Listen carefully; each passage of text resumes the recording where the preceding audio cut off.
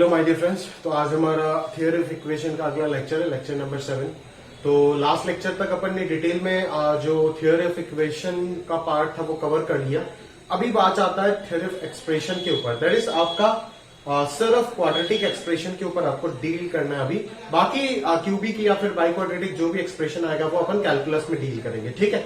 तो अभी से मान लो इस चैप्टर का एक नया ब्रांच शुरू हुआ इस लेक्चर से, और वो है आपका क्वाड्रेटिक एक्सप्रेशन, जो आईटीजेई के पॉइंट ऑफ व्यू से बहुत ज्यादा, मतलब इतना ज्यादा इंपॉर्टेंट है कि उसको मैं आपको एक्सप्रेस नहीं कर पाऊंगा जब तक आप सवाल नहीं देखोगे, और कैलकुलस में बहुत ज्यादा यूज होगा ये चीज, ठीक है। तो इसको तो आप ध्यान से समझ ही लेना। अगर ये टॉपिक आप समझ नहीं पा रहे हो ध्यान से, इसके बाद इसी के कंटिन्यूएशन में लोकेशन ऑफ रूट आएगा, जो कि बहुत ज्यादा इंपॉर्टेंट टॉपिक है, ठीक है। तो ये दोनों टॉपिक बहुत इंपॉर्टेंट है और ध्यान से, बहुत ज्यादा वैरायटी होगा इस टॉपिक में, तो आप ध्यान से ज्यादा समझ लेना इसको, ठीक है। तो चलिए, क्वाड्रेटिक इक्वेशन हम इतना दिन से पढ़ते आए हैं। क्वाड्रेटिक इक्वेशन दैट इज आपका ax square plus bx plus c बराबर 0। ये अगर एक क्वाड्रेटिक इक्वेशन है तो इसका नेचर ऑफ रूट्स, ये वो ट्रांसफॉर्मेशन, ये वो सब कुछ अपन ने डिटेल में क्वाड्रेटिक इक्वेशन के हिस्ट्री में जितनी चीज है अपन ने देख ली। अभी क्वाड्रेटिक एक्सप्रेशन के बारे में बात करना। अभी एक्सप्रेशन और इक्वेशन के बीच में बेसिक डिफरेंस पता है ना, इतना सब जानते हो। तो अगर मैं क्वाड्रेटिक एक्सप्रेशन का बात करूं आपसे, तो क्वाड्रेटिक एक्सप्रेशन आप किसको बोलोगे? आप बोलोगे sir ax square plus bx plus c, ये जो क्वाड्रेटिक पॉलिनोमियल हम बोलते हैं, ऑब्वियसली यही क्या हो जाएगा, मेरा क्वाड्रेटिक एक्सप्रेशन हो जाएगा, जो एक 2 डिग्री पॉलिनोमियल एक्सप्रेशन है। समझ में आ रहा है ना? 2 डिग्री पॉलिनोमियल एक्सप्रेशन है ना, जहां पे आपका लीडिंग कोएफिशिएंट हमेशा क्या होगा, हम कंसीडर कर रहे हैं नॉन जीरो होगा, और एबीसी जो कोएफिशिएंट्स है वो सारे के सारे क्या कंसीडर कर रहे हैं, रियल नंबर कंसीडर कर रहे हैं। क्लियर है क्या? समझ आ रहा है ना? ठीक है। तो अभी हमें जजमेंट देना है इस क्वाड्रेटिक एक्सप्रेशन के बारे में, है ना। बहुत सारे जजमेंट देंगे। सबसे पहले तो इसका ग्राफ कैसे होगा। आप जानते हो कि ये क्वाड्रेटिक एक्सप्रेशन है, और एक्सप्रेशन बोले तो ये एक फंक्शन कहलाएगा, है ना, बिकॉज y जो है वो x के ऊपर डिपेंडेंट है ना। और क्लियरली यहाँ पे आप देख रहे हो कि फंक्शन के सारे प्रॉपर्टीज फॉलो हो रहे हैं ना, यानी कि ऐसा कोई डोमेन में एलिमेंट भी मिस नहीं होगा, और ऑब्वियसली एक इनपुट से या फिर मल्टीपल इनपुट से एक ही आउटपुट आएगा। सिंगल इनपुट से मल्टीपल आउटपुट्स का पॉसिबिलिटी यहाँ पे नहीं दिख रहा है। क्लियर है? तो इस चीज को अपन y बराबर fx ऐसे भी लिख सकते हैं, तो आपका कंफ्यूजन दूर हो जाएगा, है ना। यही आपका क्वाड्रेटिक, इसको अपन क्वाड्रेटिक पॉलिनोमियल भी बोलते हैं, इसको क्वाड्रेटिक पॉलिनोमियल भी बोलते हैं, ठीक है। क्वाड्रेटिक पॉलिनोमियल भी आप बोल सकते हो, इसको क्वाड्रेटिक एक्सप्रेशन भी बोल सकते हो, ठीक है। या फिर इसको आप क्वाड्रेटिक क्या बोले, पॉलिनोमियल हो गया, एक्सप्रेशन हो गया, या फिर क्वाड्रेटिक फंक्शन भी बोल सकते हो आप इसको, ठीक है ना। अलग अलग जगह पे अलग अलग नाम यूज होता है, आप समझ गए होंगे, ठीक है। इसी का अपन बात कर रहे हैं, तो इसी को हमें डिटेल में स्टडी करना है कि कब ये पॉजिटिव होगा, कब ये नेगेटिव होगा, इसका ग्राफ किस केस में कैसा होगा, क्या नहीं, क्योंकि फंक्शन है तो ग्राफ बना सकते हैं बिल्कुल, ठीक है ना, सारे फंक्शन के। अब ग्राफ इवन डिग्री, ये क्या है, इवन डिग्री पॉलिनोमियल ही तो है ना। इवन डिग्री पॉलिनोमियल का एक सब केस है क्वाड्रेटिक। जो इवन डिग्री पॉलिनोमियल में जो अपन केस किए थे ना, फंक्शन का पॉलिनोमियल फंक्शन वाला पार्ट निकाल करके देखो, डिफरेंट टाइप्स ऑफ फंक्शन में, उस पॉलिनोमियल फंक्शन में आपको क्वाड्रेटिक फंक्शन बोल के मतलब इवन डिग्री पॉलिनोमियल के केस में बाई क्वाड्रेटिक पढ़ाया था, फिर क्वाड्रेटिक भी मैंने आपको बताया था। तो वही चीज है ये, समझ में आ रहा है ना। तो आप जानते हो इवन डिग्री पॉलिनोमियल का ग्राफ ऊपर से स्टार्ट होकर ऊपर खत्म होता है, because minus infinity plus infinity दोनों जगह पे एफ प्लस इंफिनिटी को टेंड करता है, और अगर लीडिंग कोएफिशिएंट नेगेटिव हो जाता है तो ग्राफ उल्टा हो जाता है जस्ट, ठीक है। तो एग्जैक्टली जो ये ग्राफ है ये किसके ऊपर डिपेंड करता है, लीडिंग कोएफिशिएंट के ऊपर डिपेंड करता है, ठीक है। तो ये ग्राफ जो है वो एग्जैक्टली क्या है, ठीक है, एग्जैक्टली क्या है अपन देखते हैं। यहां से हम क्या करेंगे, a कॉमन ले लेते हैं। तो अगर a कॉमन ले लेंगे तो ये हो जाएगा x square plus b upon a into x plus c upon a, है ना। और a से आप डिनोमिनेटर में है तो a नॉन जीरो है, तो कोई दिक्कत वाली बात नहीं है। तो यहां से अगर हम इसको परफेक्ट स्क्वायर में कन्वर्ट करें तो आप क्लियरली देखोगे यहाँ पे 2 इंटू एक्स प्लस अपन क्या लिखने वाले, b अपॉन ट्वाइस है, प्लस, है ना, सॉरी इंटू में आएगा b अपॉन ट्वाइस है, और यहाँ पे B square by 4a square लिखेंगे, because x square plus twice a b plus b square आना चाहिए। तो ये चीज माइनस में आएगा, ये चीज माइनस में आएगा, और प्लस साथ में c बाई ए होगा। क्लियर है क्या? यहां से a कॉमन आया तो x plus b by 2a whole square हो जाएगा। क्लियर है? और माइनस अगर कॉमन लेंगे तो ये b square minus 4ac divided by 4a²। Clear है क्या? समझ में आ रहा है क्या मेरी बात? पक्का? तो चलो जरा, तो ये जो आपके पास जो इक्वेशन बना ना, तो ये जो इक्वेशन है ये किसको रिप्रेजेंट कर रहा है आप जानते हो? अगर मैं और अच्छे से और प्रिसाइसली आपको अगर मैं बोलूं, ठीक है, यहाँ पे बॉक्स बना के फायदा नहीं है, और आगे जाकर के अपन बॉक्स बनाते चलो, ठीक है ना। तो अपन यहाँ पे क्या करते हैं, मान लो इसको अपन डी बोल देते हैं, सही है क्या? इसको डी बोल देते हैं, तो ये हो जाएगा a into x plus b by twice a का होल स्क्वेयर, सही है, माइनस ये a से 4a जब कैंसिल होगा तो ये 4a आएगा, यहाँ पे a स्क्वायर कैंसिल होकर और ऊपर इसको d बोल देते हैं, ठीक है। अभी ये माइनस डी बाई ए को इधर लेकर के आ जाते हैं। d क्या है आप जानते हो, डिस्क्रिमिनेंट का बात चल रहा है, तो y plus d by a is equal to हमारे पास आ रहा है a into x plus b by twice a का होल स्क्वेयर। क्लियर है ना? तो ये आ गया आपका इक्वेशन, ठीक है। तो ये इक्वेशन इस क्वाड्रेटिक एक्सप्रेशन का ग्राफ को रिप्रेजेंट करेगा। This equation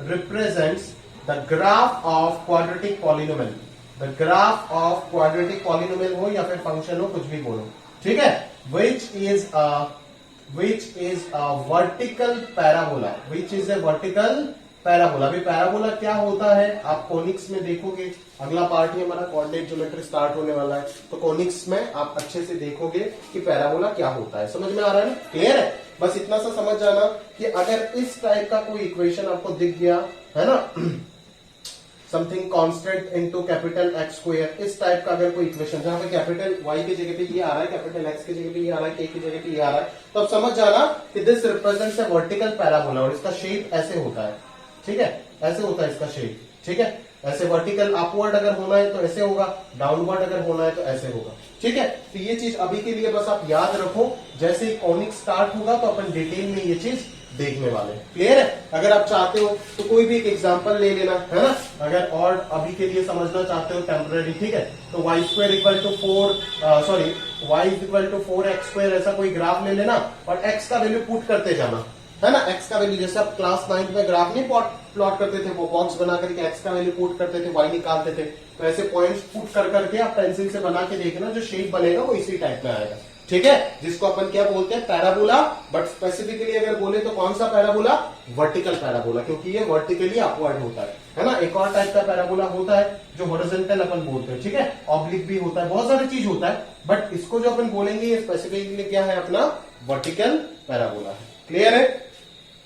तो क्वाड्रेटिक एक्सप्रेशन, ठीक है ना, क्वाड्रेटिक एक्सप्रेशन, तो आप समझ जाना ये स्टेटमेंट, ए क्वाड्रेटिक एक्सप्रेशन है ना, ए क्वाड्रेटिक एक्सप्रेशन रिप्रेजेंट्स ए वर्टिकल पैराबोला, सही है, रिप्रेजेंट्स ए वर्टिकल पैराबोला, ए वर्टिकल पैराबोला। समझ में आ रहा है ना? क्लियर है? अच्छा, तो अभी आप देखो कि यहां पे हो क्या रहा है ना, कि आप देख रहे हो कि सर यहां पे एक मसला है। मसला क्या है, जरा ध्यान से देखना कि आप बोल रहे हो सर लीडिंग कोएफिशिएंट ए है, यहां पे भी ए है और इधर भी ए ब्रैकेट के बाहर आपको दिख रहा है। समझ में आ रहा है ना मेरी बात? अच्छा, तो अभी आप ध्यान से सुनो एक बार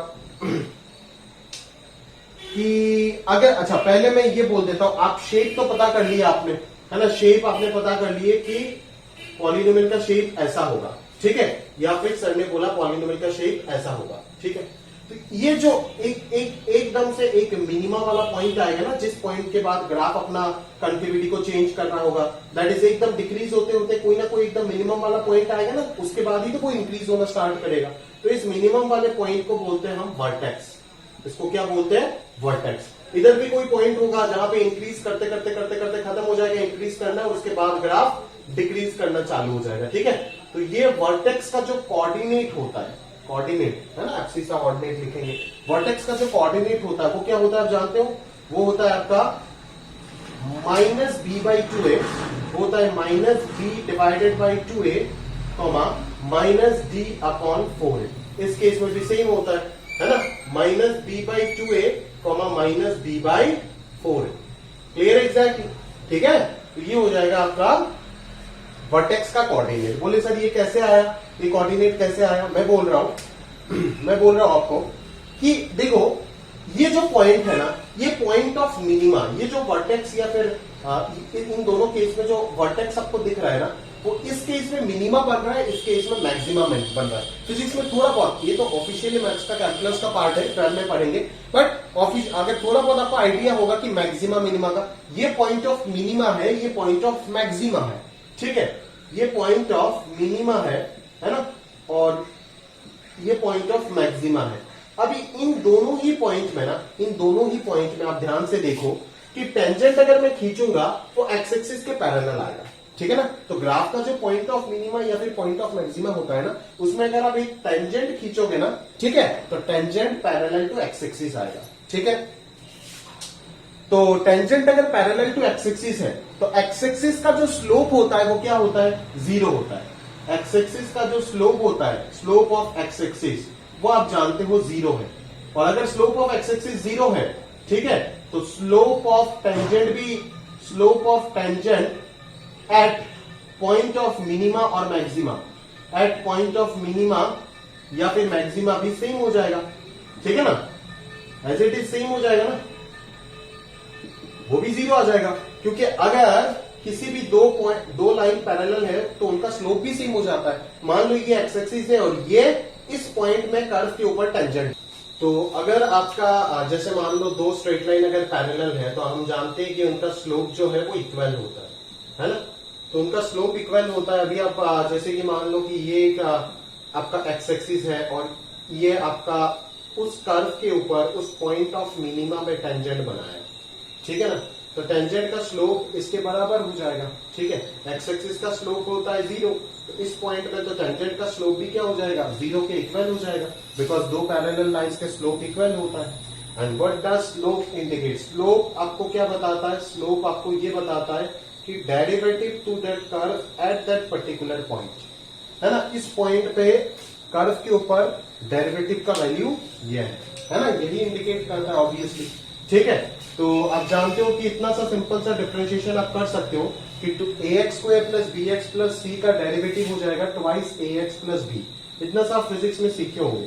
तो twice ax plus b is equal to हो जाएगा 0, तो x का वैल्यू आ जाएगा -b/2a, ठीक है। तो डेरिवेटिव जहां पे 0 होगा उस जगह पे पॉइंट ऑफ मिनिमा या फिर पॉइंट ऑफ मैक्सिमा होगा, बिकॉज जहां पे डिफरेंशिएशन करने के बाद जिस x के वैल्यू के लिए वो डेरिवेटिव 0 आएगा, दैट इज इसका डेरिवेटिव क्या हो जाएगा, twice ax plus b. Twice ax plus b पे अगर मैं x का वैल्यू -b/2a पुट कर देता हूं तो वो 0 आ जाएगा। अगर वो 0 आ गया तो अपन क्या बोल सकते हैं कि डेरिवेटिव अगर उस पॉइंट पे 0 आ गया, किस पॉइंट पे, जहां पे x कोऑर्डिनेट माइनस, जिस पॉइंट का x कोऑर्डिनेट -b/2a होगा उस पॉइंट में डेरिवेटिव क्या आ जाएगा, 0 आ जाएगा। डेरिवेटिव 0 आ गया तो अपन बोल सकते हैं उस पॉइंट में अगर टेंजेंट बनाएंगे तो वो एक्स एक्सिस के पैरेलल आएगा। मतलब क्या कि कर्व उस जगह पे या तो पॉइंट ऑफ मिनिमा या फिर पॉइंट ऑफ मैक्सिमा अकर कर रहा होगा, ठीक है ना।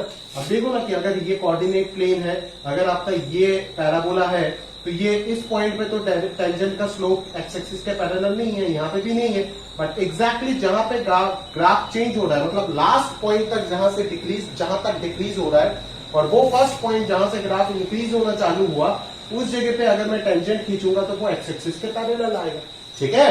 अगर वो पैरेलल आ जाता है तो अपन क्या बोलेंगे कि स्लोप 0 होगा, और स्लोप का मतलब dy/dx 0 कर दिया तो उन दोनों पॉइंट का एक्स कोऑर्डिनेट मिल गया जो कि -b/2a है। अभी अगर x कोऑर्डिनेट -b/2a आ गया तो y कोऑर्डिनेट कैसे निकालेंगे, इस इक्वेशन से निकाल देंगे। x के जगह पे -b/2a रख दो तो ये पार्ट पूरा 0 आ जाएगा, तो y का वैल्यू कितना आ जाएगा, -d/4। तो इस तरीके से हमने ये वर्टेक्स का कोऑर्डिनेट निकाला, ठीक है। अभी बच्चे मेरे को पूछते हैं कि सर आपको कैसे पता चल गया लीडिंग कोएफिशिएंट अगर पॉजिटिव होता है तो ग्राफ अपवर्ड होगा और लीडिंग कोएफिशिएंट अगर नेगेटिव होता है तो ग्राफ डाउनवर्ड होगा। तो ना देखो, वो चीज मैंने आपको ऑलरेडी फंक्शन में एक्सप्लेन कर दी है, पॉलिनोमियल फंक्शन में इन डिटेल में। आप उसका वीडियो अगर आपको याद नहीं है तो फंक्शन का वो वीडियो निकाल करके देख लो, आप समझ जाओगे, ठीक है ना। बाई क्वाड्रेटिक हो, 6 डिग्री पॉलिनोमियल, सारे के सारे इवन डिग्री पॉलिनोमियल ऊपर से स्टार्ट होकर ऊपर में खत्म होता है। अगर ऊपर से स्टार्ट होकर ऊपर खत्म होगा तो ऐसे ही केस बनेगा, है ना। नीचे से स्टार्ट होकर अगर नीचे खत्म होता है तो ऐसे ही केस बनेगा। तो ये कौन सा केस हो जाएगा, जहां पे a लेस देन 0 होगा, और ये कौन सा केस हो जाएगा जहां पे a ग्रेटर देन 0 होगा, ठीक है। Graph of a quadratic equation, graph ऐसे लिख लो, द लीडिंग कॉफिशिएंट ए, यहां पे ए है, दूसरी जगह पे दूसरा भी हो सकता है, will decide the exact shape of any quadratic expression, clear है? लीडिंग कोएफिशिएंट डिसाइड करेगा कि क्वाड्रेटिक एक्सप्रेशन का शेप कैसा होगा, दैट इज पैराबोला होगा, ये तो कंफर्म है, वर्टिकल पैराबोला। अभी अपवर्ड वर्टिकल पैराबोला होगा या डाउनवर्ड वर्टिकल पैराबोला होगा, ये इसके ऊपर डिपेंड करेगा, किसके ऊपर? लीडिंग कोएफिशिएंट के ऊपर डिपेंड करेगा। क्लियर है? समझ में आ रहा है? और एक और इंपॉर्टेंट बात है कि ये वर्टेक्स का कोऑर्डिनेट याद रखना, ये बहुत इंपॉर्टेंट पॉइंट है, बहुत ज्यादा इंपॉर्टेंट पॉइंट है ना? क्वाड्रेटिक पॉलिनोमियल्स का रेंज निकालने के लिए बहुत काम का चीज है। समझ में आ रहा है ना? मैं धीरे धीरे अभी डिस्कशन कर रहा हूं ना, आप देखो, है ना? एक एक करके चीजें बता रहा हूं। पहले तो ये चीज पॉज करके आप नोट कर लो, मैं रेज कर रहा हूं। अभी आगे मैं और भी बहुत सारी चीज बता रहा हूं, उसके बाद जाकर के क्वाड्रेटिक पॉलिनोमियल में जितना भी आप डोमेन रेंज वगैरह किए थे, है ना, उसको ग्राफ के साथ साथ आप इस नॉलेज से आराम से कर सकते हो, कोई दिक्कत वाली बात नहीं है। ठीक है, तो चलो, है ना, चलो अपन बातचीत कर लेते। ठीक है, तो आगे और थियरी है, इंपॉर्टेंट थियरी, उसके बारे में बात कर लेते, फिर मैं उसका एप्लीकेशन आपको दिखाऊंगा एंड देन अपन क्वेश्चन में चलेंगे। क्लियर है? चलो, तो अभी अपन ये पता कर लिए इतना देर से कि क्वाड्रेटिक एक्सप्रेशन का जो ग्राफ है वो कौन डिसाइड करता है? वो लीडिंग कोएफिशिएंट डिसाइड करता है ना? क्वाड्रेटिक एक्सप्रेशन का जो ग्राफ है वो कौन डिसाइड करता है? वो लीडिंग कोएफिशिएंट डिसाइड करता है। ठीक है, वो लीडिंग कोएफिशिएंट डिसाइड करता है। ठीक है ना? अगर लीडिंग कोएफिशिएंट पॉजिटिव हुआ तो ग्राफ अलग प्रकार के होगा, अगर लीडिंग कोएफिशिएंट नेगेटिव हुआ तो ग्राफ अलग प्रकार के होगा। इधर क्या हो जाएगा? वर्टिकली डाउनवर्ड पैराबोला, और इधर क्या हो जाएगा? Vertically upward parabola. इधर हो जाएगा वर्टिकली अपवर्ड पैराबोला। सही है? Vertically upward parabola. ठीक है, क्लियर? चलो, इधर अपवर्ड है, इधर डाउनवर्ड है ना भाई। चलो, अभी अपन क्या करेंगे? सबसे पहला केस इनमें से मेरे को क्या मिलेगा? सबसे पहला केस हमारे पास इनमें से आएगा कि अभी एग्जैक्ट शेप क्या होगा, मतलब कहां पे लोकेशन क्या होगा, ये डिसाइड करने के लिए हमें किसके पास जाना पड़ेगा? डिस्क्रिमिनेंट के पास, क्योंकि डिस्क्रिमिनेंट ही वो चीज है जो रूट्स को डिटरमाइन करता है कि नेचर ऑफ रूट्स कैसे होगा, वो डिस्क्रिमिनेंट डिसाइड करता है। आप जानते हो किसी भी क्वाड्रेटिक एक्सप्रेशन के लिए या फिर इक्वेशन के लिए। ठीक है ना? तो इसका डिस्क्रिमिनेंट क्या होगा आप जानते हो? b² - 4ac। अभी अगर मैं सबसे पहला केस ये बोल दूं कि भाई अगर d > 0 है तो ग्राफ का स्केच कैसे होगा बोलो। अगर d > 0 है तो आप समझ गए होंगे कि सर उस केस में तो ग्राफ का दो डिस्टिंक्ट रियल रूट्स एग्जिस्ट करेगा। समझ में आ रहा है ना? ग्राफ जो होगा उसका 2 डिस्टिंक्ट रियल रूट्स एग्जिस्ट करेगा, 2 डिस्टिंक्ट रियल रूट्स एग्जिस्ट करेगा। समझ में आ रहा है ना? क्लियर है? तो 2 डिस्टिंक्ट रियल रूट्स अगर एग्जिस्ट करता है उसका मतलब क्या है? रियल रूट मतलब ही एक्स एक्सिस में कट करेगा, इमेजिनरी रूट मतलब क्या? काल्पनिक है, मतलब एक्स एक्सिस में कट नहीं करेगा। समझ में आ रहा है ना? तो यहां से हमारे को ये चीज समझ आता है कि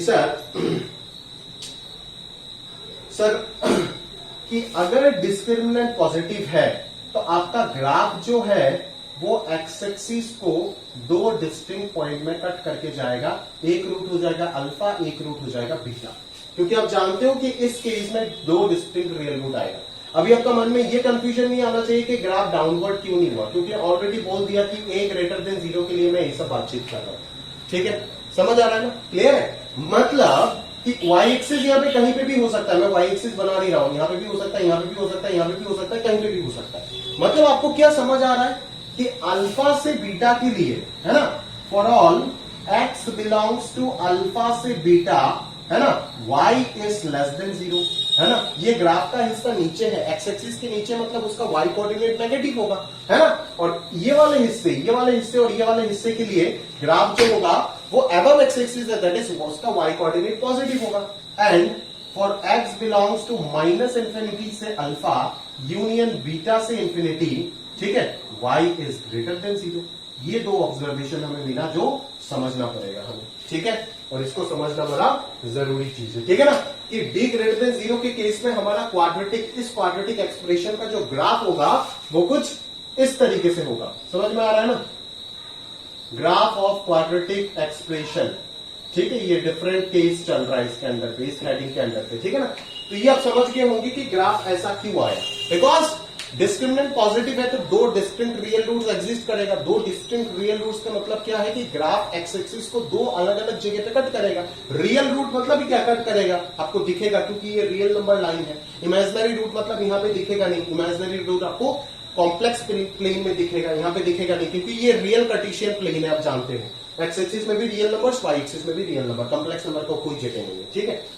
तो रियल रूट अगर है और डिस्टिंक्ट है तो दो अलग अलग जगह पे कट करेगा।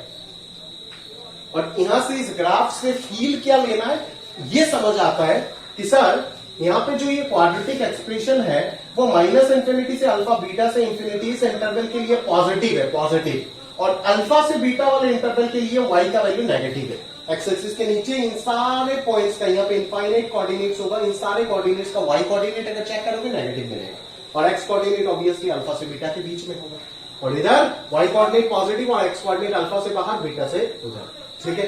तो ये हमारे को समझ में आ गया, क्लियर है, ये इतना सा चीज हमें समझ में आ गया ऑलरेडी, ठीक है। अच्छा ठीक है। अच्छा, हमारा जो गवर्निंग इक्वेशन था वो क्या था, है ना, वो क्या था, y minus D by four है, sorry y plus d by four है is equal to a into x minus b by two a whole square, sorry x plus था शायद, x plus b by two a का whole square, है ना। यही था ना हमारा वो इक्वेशन जो अभी हमने निकाला था, ठीक है ना, विच रिप्रेजेंट्स ए वर्टिकल पैराबोला, विच रिप्रेजेंट्स ए वर्टिकल पैराबोला, ठीक है। अपवर्ड या डाउनवर्ड होगा वो ए के ऊपर डिपेंड करेगा, दैट इज लीडिंग कॉफिशिएंट के ऊपर। ये है लीडिंग कॉफिशिएंट, इस जगह पे लीडिंग कॉफिशिएंट आया, ठीक है। तो आप क्लियरली यहां पे देख रहे हो कि ए यहां पे हमने पॉजिटिव माना, ये केस जो है ये तो ए पॉजिटिव वाला केस है ना, डी भी यहां पे पॉजिटिव है, ठीक है। तो ए और डी दोनों पॉजिटिव है, समझ में आ रहा है ना, क्लियर है। तो ए और डी अगर दोनों पॉजिटिव है तो ये वाला चीज तो पॉजिटिव होगा, है ना। तो ये चीज जब उधर जाएगा तो नेगेटिव होकर के जाएगा। अभी ए पॉजिटिव, ये परफेक्ट स्क्वायर, ये भी पॉजिटिव, तो ये पूरा quantity positive, minus D by four है ना। यहां से जो y आपको मिल रहा है, y क्या मिल रहा है जरा ध्यान से देखो ना, a into x plus b by two a whole square minus D by four है, ऐसे मिल रहा है ना। अभी ये चीज तो हमेशा पॉजिटिव, क्योंकि a पॉजिटिव है, ये तो हमेशा पॉजिटिव है ही, तो पॉजिटिव इंटू पॉजिटिव पॉजिटिव है, और डी बाई फोर ए भी हमेशा पॉजिटिव, बिकॉज डी और ए दोनों पॉजिटिव है, मैंने कंसिडर किया, ठीक है। अच्छा, तो क्या हो जाएगा, तो पॉजिटिव माइनस पॉजिटिव, पॉजिटिव भी हो सकता है, नेगेटिव भी हो सकता है, और वही चीज आपको एग्जैक्टली मिल रहा है कि अल्फा से बीटा के बीच में ये नेगेटिव है और अल्फा और बीटा के बाहर ये पॉजिटिव है। समझ में आ रहा है ना, क्लियर है। तो y का वैल्यू जो है वो पॉजिटिव कब हो जाएगा, जब अल्फा से बाहर और बीटा से इधर हो जाएगा, और नेगेटिव हो जाएगा जब अल्फा से बीटा के बीच में है। देखो ये सब बहुत डीप में जाकर आपको बता रहा हूं ना, एक एक चीज प्रॉपरली एक्सप्लेन कर करके जबरदस्ती बार बार बोल रहा हूं, है ना। अगर 13 में हो तो एक बार बोल के उड़ा देता, समझ में आ रहा है ना, क्लियर है। नहीं बोलता इतना बार क्योंकि आपको समझ जाना चाहिए एक बार बोलने के बाद, ठीक है। बट अभी समय है तो आपको डिटेल में 11th में हम ग्रिप ही बड़ा करते हैं, हमेशा डिटेल में ऐसे आपको पढ़ाते हैं, समझ में आ रहा है, क्लियर है। तो ध्यान से आप समझो बात को। हाँ, तो अभी देखो क्या है यहाँ पे एग्जैक्टली कि ये हो गया आपका केस 1, है ना। अभी अगर चलते केस 2 में, केस 2 में चलते, है ना। एक कोई भी एक नंबर अगर रियल नंबर बात करोगे या तो वो पॉजिटिव होगा, या तो जीरो होगा, या तो नेगेटिव होगा। तो पॉजिटिव वाला केस तो ले लिया, अभी ले लेते हैं अपन नेगेटिव जीरो वाला केस। तो अगर डिस्क्रिमिनेंट जीरो हो जाता है, यहां पे भी डी डिसाइडिंग फैक्टर है, नेचर ऑफ रूट्स में भी डी डिसाइडिंग फैक्टर था, यहां पे भी। तो ये क्वाड्रेटिक का डी जो है ना, ये बड़ा खतरा चीज है। तो अगर डी जो है वो अगर जीरो हो गया, है ना, 2 इक्वल रूट्स का पॉसिबिलिटी बन जाएगा ना, है ना, 2 इक्वल रियल रूट्स, ठीक है। डिस्टिंक्ट रियल रूट्स इधर था, इधर इक्वल रियल रूट्स। अगर इक्वल रूट्स हो गया मतलब अल्फा और बीटा क्या हो जाएगा, सेम हो जाएगा। अगर अल्फा और बीटा सेम हो गया मतलब याद है ना आपको, अगर अल्फा और बीटा सेम हो गया तो क्या हो जाएगा। ऐसे अगर मैं क्वाड्रेटिक एक्सप्रेशन को बात करूं तो मैं कैसे लिख सकता हूं इस क्वाड्रेटिक एक्सप्रेशन को, a into x minus alpha into x minus beta, ऐसे लिख सकता हूं ना, where alpha and beta are the 2 roots of that अगर पॉलिनोमियल है तो रूट्स ना बोल के और अच्छा होता है कि जीरो बोलो कि alpha and beta are the two zeros of that quadratic polynomial, ठीक है। बट अगर मैं आपको बोलूं कि यहाँ पे मतलब अगर अल्फा और बीटा सेम हो गया तो ये एक्सप्रेशन एक परफेक्ट स्क्वायर बन जाएगा, है ना। ऑलरेडी नेचर ऑफ रूट्स में मैंने आपको पढ़ाया था कि ये एक परफेक्ट स्क्वायर एक्सप्रेशन बन जाएगा, ठीक है। तो टू इक्वल रियल रूट्स अगर हो गया तो ग्राफ का पॉसिबिलिटी किस तरीके से बनेगा बोलो, ग्राफ हो जाएगा आपका कुछ इस तरीके से, है ना, जहां पे अल्फा और बीटा दोनों भी सेम आ गया। ये एक्स एक्सिस से वाई एक्सिस कहीं पे भी हो सकता है। तो इस केस में आपको क्या पता चल रहा है, इस केस में पता चल रहा है कि y is always greater than 0 or equal to 0 for all x belongs to R। समझ में आ रहा है। यहां पे क्या मिला, यहां पे मिला कि यहां पे जो की पॉइंट हमें मिला, की पॉइंट है ना, की पॉइंट, क्योंकि ये एक एक मेरा जो एक एक की पॉइंट है, उस एक एक की पॉइंट में आपको 10-10 सवाल मिलेगा। तो सारी चीज थ्योरी में डिस्कस करके दे रहा हूं ताकि सवाल में ना फंसो, इसीलिए थ्योरी में समय ले रहा हूं, जरा ध्यान से देखिएगा, ठीक है। कि यहां पे की पॉइंट क्या निकला हमारे पास कि y कौन है, y कौन है, y है हमारा क्वाड्रेटिक एक्सप्रेशन, ठीक है। तो एक्सप्रेशन यहां पे कमेंट क्या था, फाइनल कंक्लूजन था, एक्सप्रेशन में बी पॉजिटिव और नेगेटिव डिपेंडिंग अपॉन x, ठीक है। और कैसे डिपेंड हो रहा है ये चीज ऑलरेडी आप देख चुके हो, ठीक है ना।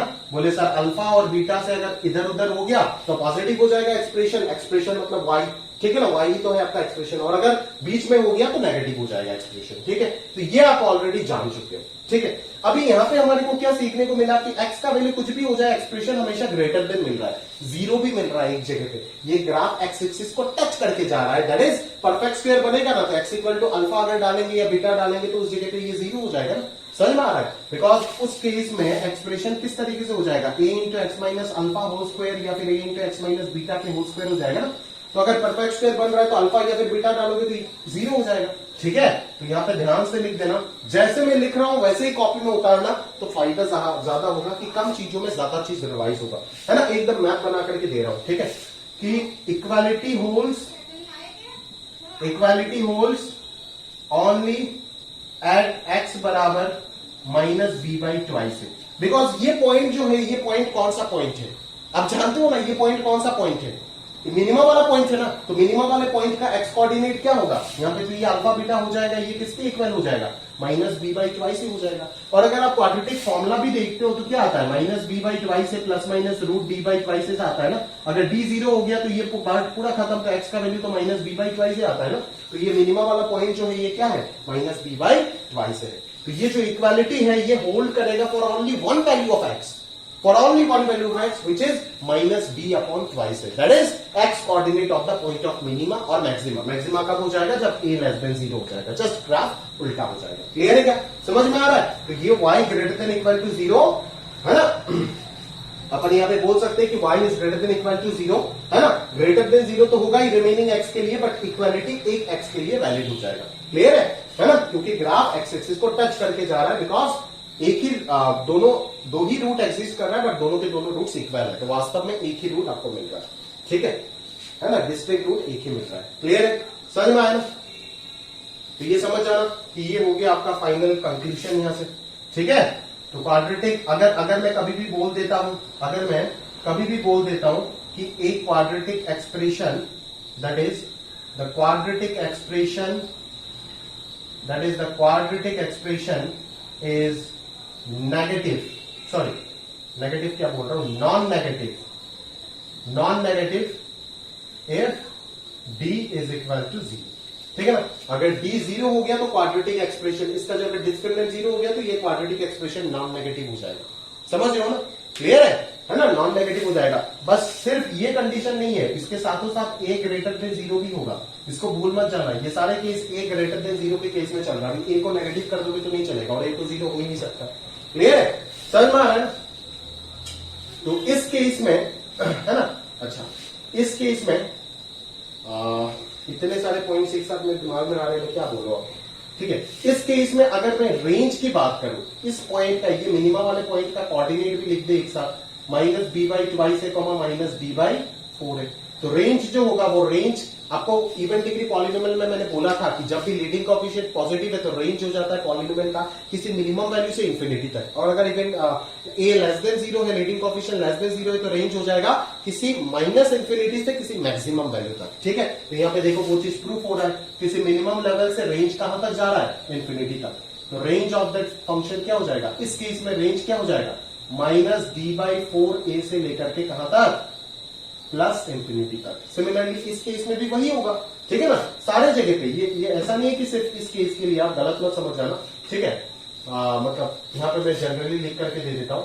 ठीक है, इस केस का बात कर रहा हूं, a ग्रेटर देन 0 वाले केस में जो रेंज हो जाएगा है ना फंक्शन का, वो क्या हो जाएगा, -d/4a से लेकर के प्लस इंफिनिटी तक। ठीक है, और a लेस देन 0 के केस में जो रेंज हो जाएगा वो क्या हो जाएगा, ग्राफ ऐसे हो जाएगा, दैट इज माइनस इंफिनिटी, ये तो चलता जा रहा है, माइनस इंफिनिटी से लेकर के y का वैल्यू, रेंज मतलब क्या, फंक्शन का वैल्यू, दैट इज y का वैल्यू कहां तक चलेगा, up two point of maxima तक। और पॉइंट ऑफ मैक्सिमा का y का वैल्यू क्या है, -d/4a है ना, पॉइंट ऑफ मैक्सिमा का y कोऑर्डिनेट, x कोऑर्डिनेट है -d/2a, y कोऑर्डिनेट है -d/4a।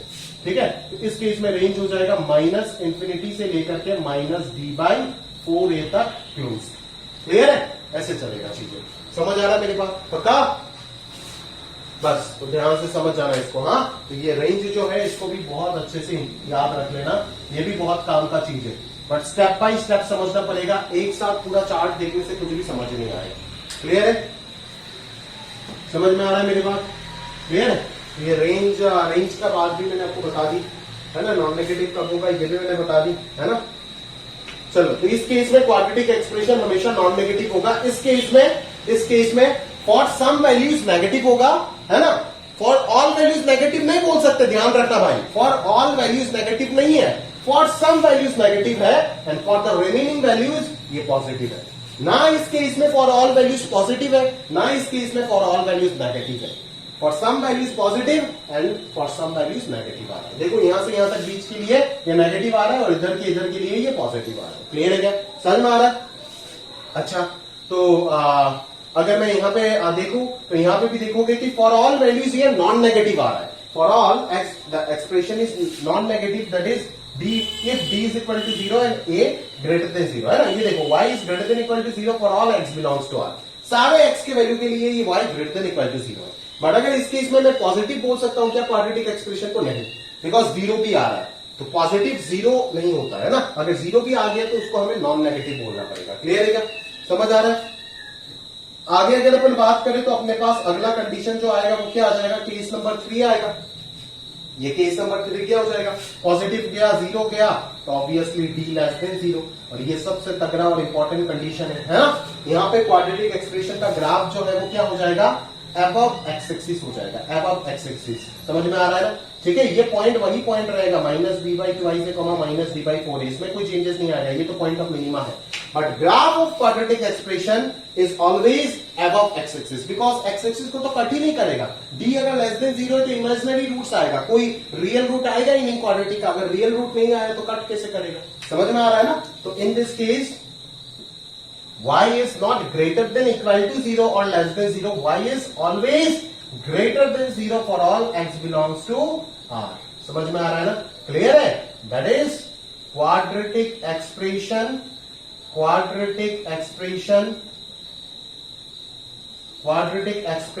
will be positive, quadratic expression will be always positive if a is greater than 0, obviously a should be greater than 0 and your d should be less than 0, ये होना चाहिए आपका condition.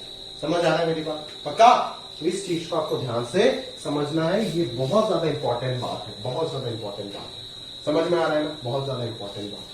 मैं आपको बोलता था ना, उधर जैसे इनइक्वालिटी वगैरह करते वक्त मान लो डिनोमिनेटर में कभी ऐसा फैक्टर आ जाता है x² + x + 2, तो इसको डायरेक्टली इधर मल्टीप्लाई कर देते थे हम, तो उस वक्त मैंने आपको उससे बताया था, इसको परफेक्ट स्क्वायर बना करके फिर मैंने आपको दिखाया था कि देखो ये परफेक्ट स्क्वायर है, मतलब जैसे आता था ना ये परफेक्ट स्क्वायर + 3/4, मतलब फॉर ऑल x का वैल्यू कुछ भी डाल दो, ये हमेशा स्क्वायर की वजह से पॉजिटिव हो जाएगा, प्लस 3/4 है तो और भी पॉजिटिव आएगा। ठीक है, ये कभी नेगेटिव हो नहीं सकता है, तो डायरेक्टली मल्टीप्लाई कर दो। अभी अगर आप चेक करना चाहते हो तो डायरेक्टली कर सकते हो, मैंने तब आपको बोला भी था। ये देखो लीडिंग कोएफिशिएंट कितना है, देखो 1 is greater than 0 and what is discriminant, discriminant देखो बी स्क्वायर माइनस 4 इंटू ए इंटू सी, तो डिस्क्रिमिनेंट कितना आया -7 विच इज लेस देन 0। तो डी लेस देन 0 और ए ग्रेटर देन 0 अगर हो जाता है किसी भी क्वाड्रेटिक एक्सप्रेशन में, दूसरे कहीं पे नहीं, लीनियर बाई क्वाड्रेटिक ये सब में नहीं, अगर सिर्फ क्वाड्रेटिक में अगर लीडिंग कोएफिशिएंट पॉजिटिव और डिस्क्रिमिनेंट अगर लेस देन 0 हो जाता है ना, तो क्वाड्रेटिक एक्सप्रेशन हमेशा पॉजिटिव मिलेगा ही मिलेगा। और आप उधर देख भी रहे थे कि ये क्या आता है, एक परफेक्ट स्क्वायर के साथ एक पॉजिटिव क्वांटिटी का समेशन आता है जो हमेशा ग्रेटर देन 0 होता है for all x belongs to R. This are the applications of this points. Clear है, समझ में आ रहा है ना? ये वो एप्लीकेशन है जो अपन करेंगे बहुत ही जम के, ठीक है, अभी करने वाले हैं। आप पहले थियरी को समझ लो, देखेंगे। क्लियर है? तो ये एग्जांपल भी साथ में चिपका देना अगर चाहते हो तो, मैं इरेज कर रहा हूं, ठीक है, लिख दोगे तो और अच्छे से समझ जाओगे। हाँ, क्लियर है? अभी अगर x अगर लीडिंग कोएफिशिएंट अगर नेगेटिव हो गया तो पहला केस क्या हो जाएगा, ठीक है, d ग्रेटर देन 0 के केस में आप खुद से लिख लेना, मैं इतना कुछ लिख नहीं रहा हूं, बस ग्राफ बना कर लिख के दे रहा हूं। तो ग्राफ क्या हो जाएगा, वर्टिकली डाउनवर्ड हो जाएगा, ठीक है। तो यहाँ पे क्या आएगा, है ना, ऊपर लिख देना heading two distinct real root, same इसके तरह, ठीक है। तो यहाँ पे क्या आएगा, एक्सप्रेशन में भी पॉजिटिव और नेगेटिव डिपेंडिंग अपॉन x, है ना। और x अभी क्या हो जाएगा, अल्फा से बीटा के लिए y का वैल्यू पॉजिटिव हो जाएगा एंड रिमेनिंग इंटरवल के लिए y का वैल्यू नेगेटिव हो जाएगा। समझ में आ रहा है? क्लियर है? बस खत्म बात, ठीक है। अभी अगर केस 2 में मैं d इक्वल टू 0 का बात करूं तो ग्राफ कैसे हो जाएगा, graph of quadratic polynomial will be like this, ठीक है। तो a less than 0 d equal to 0 के केस में ऐसे हो जाएगा, तो तब ग्राफ आपका क्या हो जाएगा, नॉन पॉजिटिव ग्राफ हो जाएगा। दैट इज y का वैल्यू हमेशा लेस देन इक्वल टू 0 रहेगा for all x belongs to r। Equality hold करेगा इसी पॉइंट पे, दैट इज -b/2a -b/4, इसी पॉइंट पे, ठीक है ना। तो इस पॉइंट का कोऑर्डिनेट आप जानते हो, -b/2a -b/4 है। सिमिलरली इधर भी है, ठीक है, तो इधर भी इस पॉइंट का कोऑर्डिनेट सेम होगा। तीनों जगह पे पॉइंट का कोऑर्डिनेट सेम ही होगा, वो चेंज नहीं होगा, because point of minimum maxima का कोऑर्डिनेट सेम ही होता है in case of quadratic expression, ठीक है। क्वाड्रेटिक एक्सप्रेशन के लिए बोल रहे हैं, सिर्फ क्वाड्रेटिक एक्सप्रेशन, हेडिंग ही लगाए क्वाड्रेटिक एक्सप्रेशन, बाकी दूसरी जगह भी ये लॉजिक मत लगाना, गड़बड़ हो जाएगा, ठीक है। सिलेबस में आपका सिर्फ क्वाड्रेटिक एक्सप्रेशन, तो नॉन पॉजिटिव है, आप देख रहे हो, for all x belongs to R this is always non positive, ठीक है ना। तो सिमिलरली सारे पॉइंट्स ये सब जैसे जैसे मैंने लिखा, इसके लिए सिमिलरली आप ऐसे ही चार्ट बनाओगे, ठीक है, अपना कॉपी में अच्छे से लिखोगे। क्लियर है भाई, समझ आ रहा है ना, ठीक है। तो y less than equal to 0, है ना। और केस 3 में आपका क्या आ जाएगा, केस 3 में आ जाएगा d लेस देन 0। तो इस केस में ग्राफ क्या आ जाएगा, ऐसे आ जाएगा, that is for all x belongs to r y will be always less than 0। अगर लेस देन 0 मतलब क्या, कि एक्सप्रेशन, क्वाड्रेटिक एक्सप्रेशन जो y है, ये क्वाड्रेटिक फंक्शन का वैल्यू हमेशा नेगेटिव होगा for any value of x, for all x belongs to r, ठीक है। तो अगर मेरे को कोई कभी भी बोल देता है कि किसी क्वाड्रेटिक एक्सप्रेशन नेगेटिव होने का कंडीशन क्या, तो आप डायरेक्टली क्या बोलोगे, leading coefficient of that quadratic expression should be negative and discriminant should be also negative. Negative बोलोगे, नॉन नेगेटिव नहीं, नॉन नेगेटिव बोलने से उल्टा हो जाएगा। और नॉन पॉजिटिव भी नहीं बोल सकते, यहाँ पे इक्वालिटी भी नहीं ले सकते, ये सब का ध्यान रखना है। ये सब छोटे छोटे पार्ट बहुत बड़ा बड़ा पॉइंट है, ठीक है। ये सारी चीज जैसे इधर मैंने सजा करके लिखा है अच्छे से, सिमिलरली आप इधर भी ऐसे ही आप अच्छे से बना करके लिखोगे। क्लियर है? तो उम्मीद करता हूं कि आप बहुत अच्छे से ये पूरा एंटायर टॉपिक जो है ये समझ गए। अगर आप ये समझ जाते हो तो पूरा टॉपिक आपका ग्रिप पे है। अगर अभी तक आपको किसी भी चीज में कोई भी डाउट है, मेरे को फोन उठाना है और फोन करके मेरे को पूछना है, ये चीज क्लियर करना है। ये चीज क्लियर होने के बाद जाकर के अभी नेक्स्ट स्लाइड जो भी आएगा, क्वेश्चन जो भी आएगा, उसको आप प्रॉपरली देखोगे। उससे पहले क्वेश्चन शुरू मत करना, समझ नहीं पाओगे। यहाँ पे अगर कोई डाउट रह जाता है, अगर आप क्वेश्चन शुरू करते हो समझ नहीं पाओगे। क्लियर है? समझ आ रहा है? तो चलिए देखते हैं आगे। तो चलिए अभी वही क्वाड्रेटिक एक्सप्रेशन के ऊपर कुछ क्वेश्चन देख लेते हैं तो और ये टॉपिक ग्रिप में आएगा, है ना। तो पहला क्वेश्चन क्या बोल रहा है, जरा ध्यान से देखिए। दो the graph of the following quadratic polynomials, इनका ग्राफ बनाना है। तो ग्राफ बनाने के लिए पहले ग्राफ को कौन डिसाइड करता है? क्वाड्रेटिक पॉलिनोमियल का लीडिंग कोएफिशिएंट डिसाइड करता है। अभी जो क्वाड्रेटिक पॉलिनोमियल में लिख रहा हूं उसका लीडिंग कोएफिशिएंट आप क्लियरली देखोगे यहाँ पे 1 है, दैट इज पॉजिटिव। तो graph will be upward parabola. Quadratic polynomial है तो अपवर्ड पैराबोला तो होगा ही। अभी बस लीडिंग कोएफिशिएंट ये डिसाइड करेगा कि अपवर्ड होगा या फिर डाउनवर्ड होगा, ठीक है। अभी आप डिस्क्रिमिनेंट चेक कर लो, डिस्क्रिमिनेंट कितना आ जाएगा? लीडिंग कोएफिशिएंट के बाद कौन आता है? डिस्क्रिमिनेंट। डिस्क्रिमिनेंट चेक कर लो, डिस्क्रिमिनेंट आ रहा है 25 - 24 equal to 1 which is positive. अगर डिस्क्रिमिनेंट पॉजिटिव आ रहा है तो ऑब्वियसली दो डिस्टिंक्ट रियल रूट्स आएगा। अभी दोनों रियल रूट्स निकालने के लिए हम y को क्या कर देंगे, 0 कर देंगे, क्योंकि जहां पे y 0 होगा उसके लिए जो x का दो वैल्यू आएगा वही हो जाएगा रूट्स। ठीक है, दैट इज जीरोस।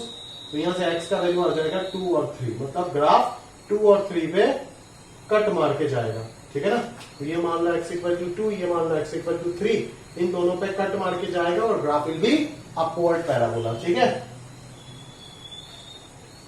तो ये देखो आपका अपवर्ड पैराबोला। तो this is the shape of the quadratic polygonal disc. ठीक है, अभी x इक्वल टू 0 पे वैल्यू चेक करो कितना आ रहा है, 6। ये देखो पॉजिटिव वैल्यू आ रहा है ना।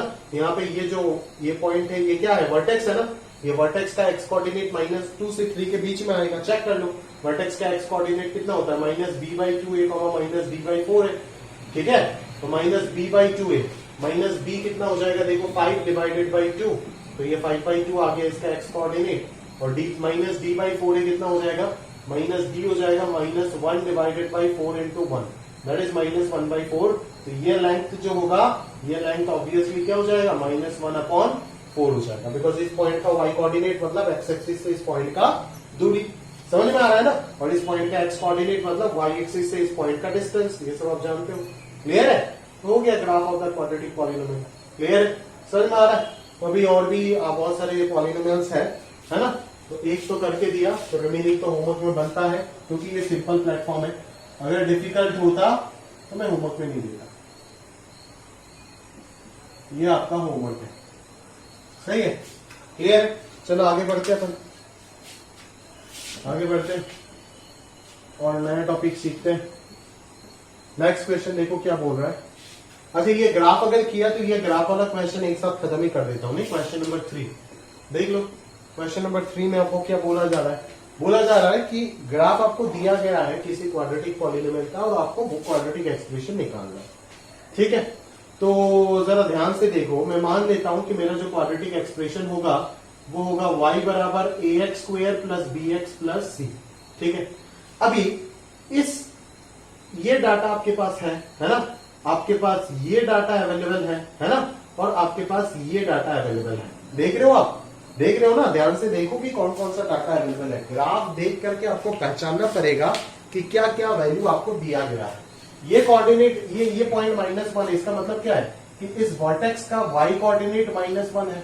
ठीक है ना, तो वर्टेक्स का y कोऑर्डिनेट अभी अभी बोला, इसका मतलब क्या है, x एक्सिस से डिस्टेंस। तो वर्टेक्स का y कोऑर्डिनेट मतलब क्या कि -d/4 है, जिसका वैल्यू कितना दे रखा है आपको, -1 दे रखा है। क्लियर है क्या, तो यहाँ पे -1 आ जाएगा, है ना। अच्छा, अभी ये पॉइंट का मतलब क्या है, 2.25, 0 से ऊपर जो पॉइंट है ये क्या था, x का वैल्यू 0 डालने से y का वैल्यू 2.25 आ रहा था। x इक्वल टू 0 डालोगे तो y का वैल्यू क्या है, 2.25, है ना, because this the coordinate of this point will be 0,2.25, जो कि इस कर्व के ऊपर का कोई भी एक पॉइंट है, तो कर्व का इक्वेशन को सेटिस्फाई करेगा। तो पुट कर दो x का वैल्यू 0, तो c बराबर आ जाएगा 2.25। तो यहां से c का वैल्यू मिल गया, है ना। यहां से आपको क्या मिल जाएगा, d इक्वल टू 4a मिल जाएगा, that is b² minus 4ac is equal to 4a। 4ac कितना हो जाएगा, 4 इंटू 2.25 विल बी 9, है ना। तो b² माइनस 9 है और इधर हो गया 4 है, तो 13 है, हो जाएगा। क्लियर है क्या, तो यहां से एक इक्वेशन मिल गया। अभी आपको a और b निकालने के लिए एक और कंडीशन चाहिए, जो कि गिवन है कि इन दोनों पॉइंट्स के बीच का डिस्टेंस 2 है। अभी अगर आपने ये दोनों बीच के पॉइंट का डिस्टेंस जो है उसको 2 को आपने इंटरप्रेट कर दिए कि ये कौन सा कंडीशन दिया हुआ है, तो आपका बेसिक बड़ा स्ट्रांग हो गया। अभी तक आप एक बार पॉज करके देखो, खुद को टेस्ट करो। अगर आप डील कर पाए इसके साथ तब तो बहुत अच्छी बात है, उसके लिए थम्स अप। बट अगर आप समझ नहीं पा रहे हो तो आप देखो, बेसिकली ये दोनों पॉइंट है क्या, है ना। एक्स एक्सिस में जहां पे कर्व कट करके जा रहा है और वाई एक्सिस में जहां पे कट करके जा रहा है, वो दोनों पॉइंट क्या है, 2 रूट्स है। ठीक है, तो 2 रूट्स के बीच का दूरी दिया हुआ है, मतलब क्या, 2 रूट्स के बीच का दूरी दिया हुआ है, मतलब क्या, मतलब डिस्टेंस बिटवीन द 2 रूट्स। मतलब क्या, इसको अपन किससे एक्सप्रेस कर सकते हैं, डिफरेंस ऑफ रूट्स। इसको किससे एक्सप्रेस कर सकते हैं, डिफरेंस ऑफ रूट्स। सिर्फ डिफरेंस ऑफ रूट्स ही नहीं बोलूंगा, इसका मॉड्यूलस बोलूंगा, जो कि आपको 2 गिवन है। तो इसका फॉर्मूला क्या था, √d/4a is equal to 2, that is d will be your 64a square which is b square minus 4ac which will be 4ac लिख देते हैं तो ये कितना हो जाएगा 4 इंटू ए इंटू सी तो ये 9a हो जाएगा तो b square minus 9a equal to 64a square तो ये 13a डाल दो यहाँ पे तो 64a square minus 9a will be 0 ठीक है तो a यहाँ से कॉमन आएगा 64a माइनस 9 इक्वल टू 0 होगा अभी ये a तो 0 हो नहीं सकता है तो यहाँ से a का वैल्यू आ जाएगा 9/64 ठीक है ना भाई तो a का वैल्यू का 9/64 मिल गया तो a का वैल्यू यहाँ पे डाल दो तो b आ जाएगा ठीक है ना तो a b c अगर पता चल गया तो आपके पास पूरा पूरा क्वाड्रेटिक पॉलिनोमियल ही आ जाएगा क्लियर है समझ आ रहा है ना तो इस तरीके से चीजों को आप सॉल्व कर सकते हो एंड समझ सकते हो ठीक है तो अच्छे प्रॉब्लम्स में काउंट होगा ये सब अगर आ जाता है जेई पे ठीक है क्योंकि ऑर्डिनरी टॉपिक्स नहीं स्पेशल टॉपिक है ठीक है तो यहाँ से सवाल बिल्कुल आपको पूछे जाएंगे ऐसा मत सोचो कि ये सब सिलेबस में नहीं है बिल्कुल आईटीजे का सिलेबस में और ये सब पूछा जाएगा आपको ठीक है एक से बढ़िया एक प्रॉब्लम आएगा ठीक है क्लियर है तो ध्यान से नोट कर लेना प्रॉपरली अगर कुछ समझ नहीं आता है तो बिल्कुल पूछेगा क्लियर है चलो आगे बढ़ते है ना सिर्फ सॉल्यूशन को रीड मत करना दोस्त ठीक है एक होता है ना हमारा काम की गलत आदत की सॉल्यूशन रीड कर लेते हैं अच्छा सर ने ऐसे किया अच्छा यहाँ से यहाँ हुआ अच्छा ठीक है समझ गया बस हो गया खत्म ये अगर करोगे ना तो आप मतलब बेकार है ये सब पढ़ना मतलब आपके अंदर वो चीज है ही नहीं जो एक आइडियल का एटीट्यूड होना चाहिए नहीं है आपके अंदर ठीक है तो आप इस तरीके से अगर करोगे तो नहीं चलेगा काम समझ में आ रहा है तो चीजों को एनालाइज करो एक ही क्वेश्चन का मल्टीपल पॉसिबिलिटी को सोचो अच्छा ये भी हो सकता था क्या अगर ऐसे भी कर सकते थे क्या सवाल को ये भी हो सकता था क्या सर आपने इस तरीके से क्यों किए उस तरीके से क्यों नहीं किए है ना ये जो इच्छा है वो आपके अंदर से आना चाहिए तभी जाकर के आप बन सकते हो है ना पुश कर करके कभी भी आप आईटी क्लियर नहीं कर सकते समझ में आ रहा है क्लियर है सपोर्ट करना पूरा सिलेबस पढ़ाना वो सब कुछ हमारा काम है बट अगर आपके अंदर से इच्छा ही नहीं आएगा आप मरा हुआ इंसान रहोगे अंदर से कैसे आप जीतोगे ठीक है ना पहली रेस से बाहर हो ठीक है आगे बढ़ते हैं अपन क्वेश्चन नंबर 2 के और चलते हैं देखो क्वेश्चन नंबर 2 में क्या बोल रहा है ऐसे क्वेश्चन बहुत फेमस है मैं बार बार बोल रहा हूँ और बच्चे यहाँ पे कंफ्यूज खास करके एनसीईआरटी पढ़ के तो पल्ली नहीं पड़ेगा समझ ही नहीं आएगा आपको सवाल क्या है ठीक है आप छोड़ ही दोगे ऐसे देख के एनसीईआरटी बोलो या फिर कोई भी बोर्ड का किताब बोलो है ना आर डी शर्मा बोलो कुछ भी बोलो है ना ये सब फर्जी किताब पढ़ के ये सब आप सॉल्व ही नहीं कर पाओगे ठीक है क्योंकि वो सोच नहीं है ना वो सब आर डी शर्मा ऐसे नहीं बोल रहा हूँ आर डी शर्मा जितना दिया है बहुत अच्छा दिया है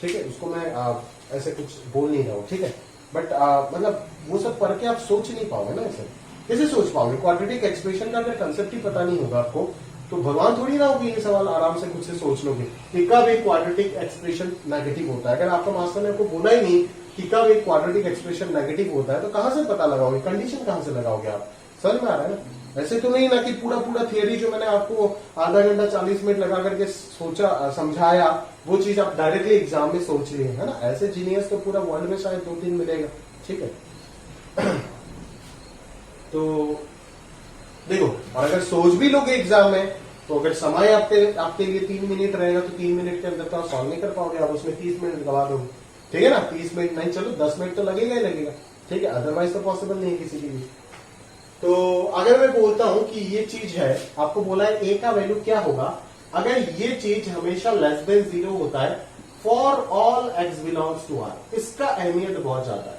इसका अहमियत बहुत ज्यादा है यही स्टार पॉइंट है यहाँ पे ये क्या है इसको देख के पहचान पा रहे हो कि ये क्या है ये एक क्वाड्रेटिक एक्सप्रेशन है ये क्या है ये एक क्वाड्रेटिक एक्सप्रेशन है ठीक है ये एक क्वाड्रेटिक एक्सप्रेशन है मैंने बोल दिया क्वाड्रेटिक एक्सप्रेशन आप भी मुंडे हिलाओगे हाँ ये क्वाड्रेटिक एक्सप्रेशन है पर जो अच्छा बच्चा है ना वो तुरंत पूछेगा सवाल वो होता है एक टॉपर का एटीट्यूड वो तुरंत पूछेगा आपको कैसे पता चला ये क्वाड्रेटिक एक्सप्रेशन ए का वैल्यू अगर -4 हो जाता है तब तो ये चीज गायब हो जाएगा लीडिंग कोएफिशिएंट नॉन जीरो आपको कैसे बोला किसने बोला सर आपको यहाँ पे तो कंडीशन लिख के नहीं दिया कि a+4 इज नॉन जीरो तो कैसे आप कंसिडर कर रहे हो ये चीज तो गलत कंसिडर कर रहे हो ना बिल्कुल सही पॉइंट पकड़ा उसने ठीक है तो इस तरीके से लर्निंग का एटीट्यूड होना चाहिए तो अपन इसको क्वाड्रेटिक एक्सप्रेशन डायरेक्टली नहीं बोल सकते अगर a+4 का वैल्यू नॉन जीरो हुआ तभी मैं इसको क्वाड्रेटिक एक्सप्रेशन बोल सकता हूं एंड जो थियरी हमने अभी पढ़ा उसको अप्लाई कर सकते हैं ठीक है ना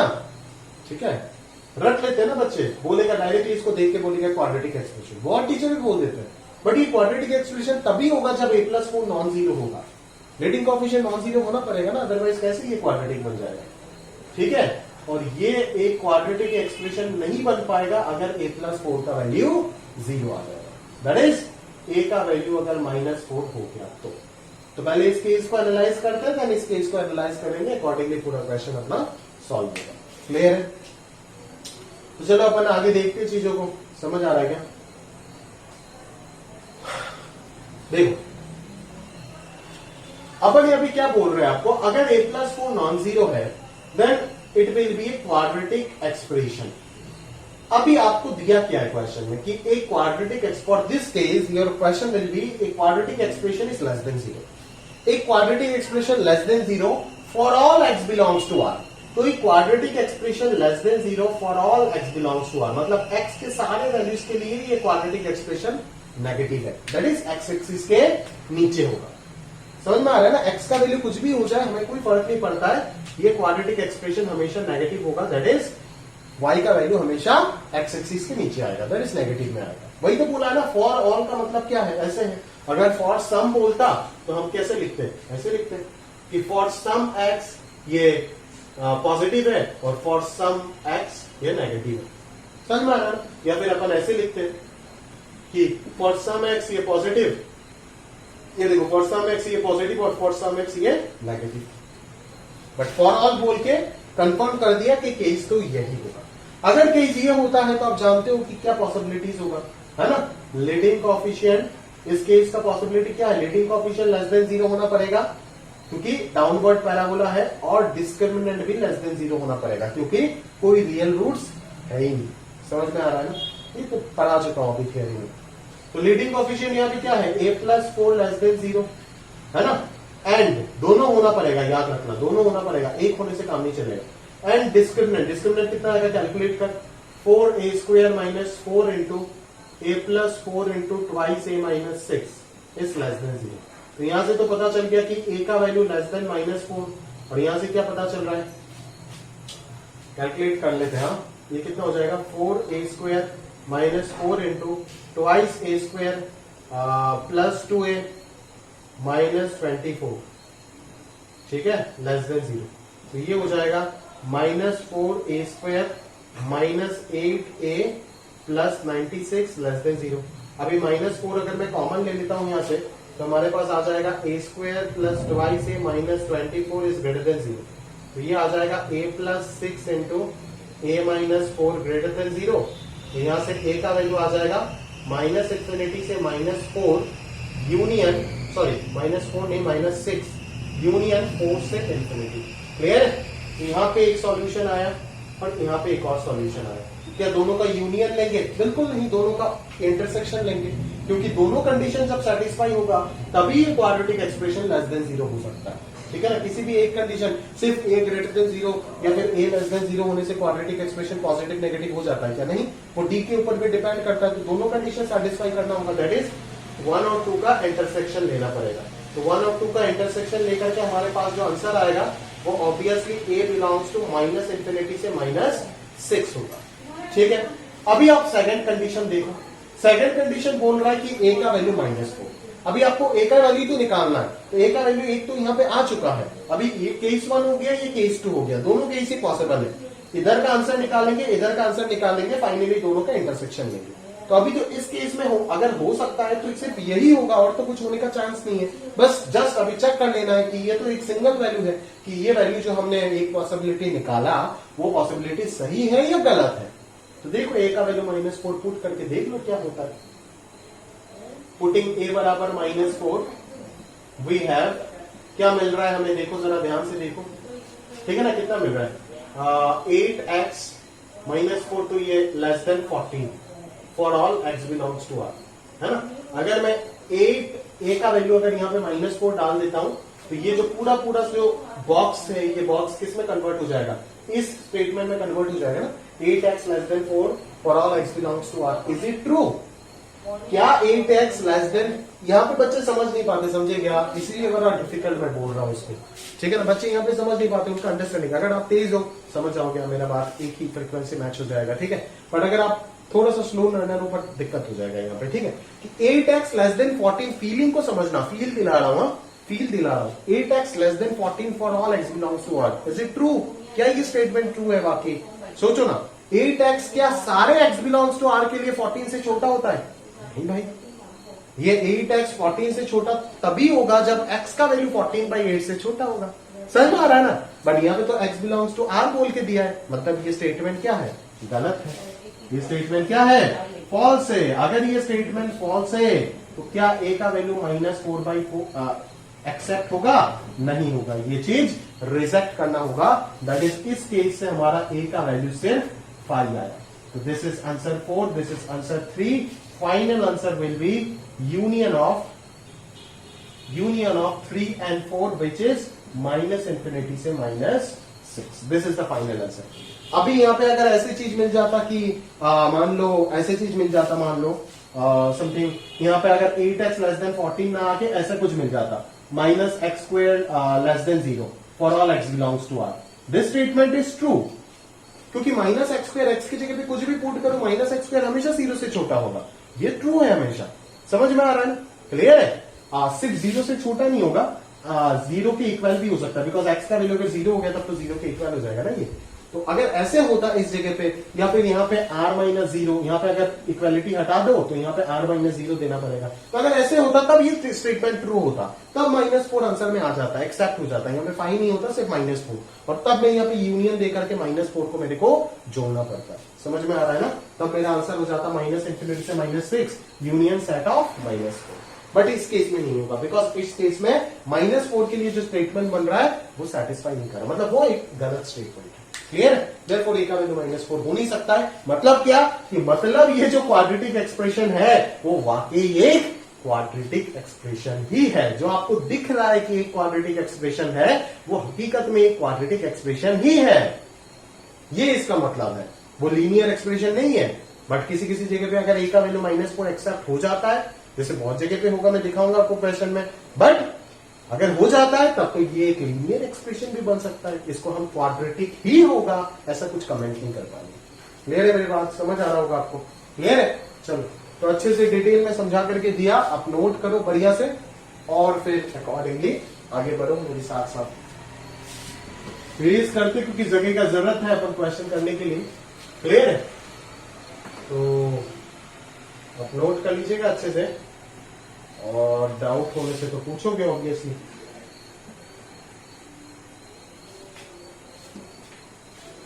चलो आगे बात करते हैं,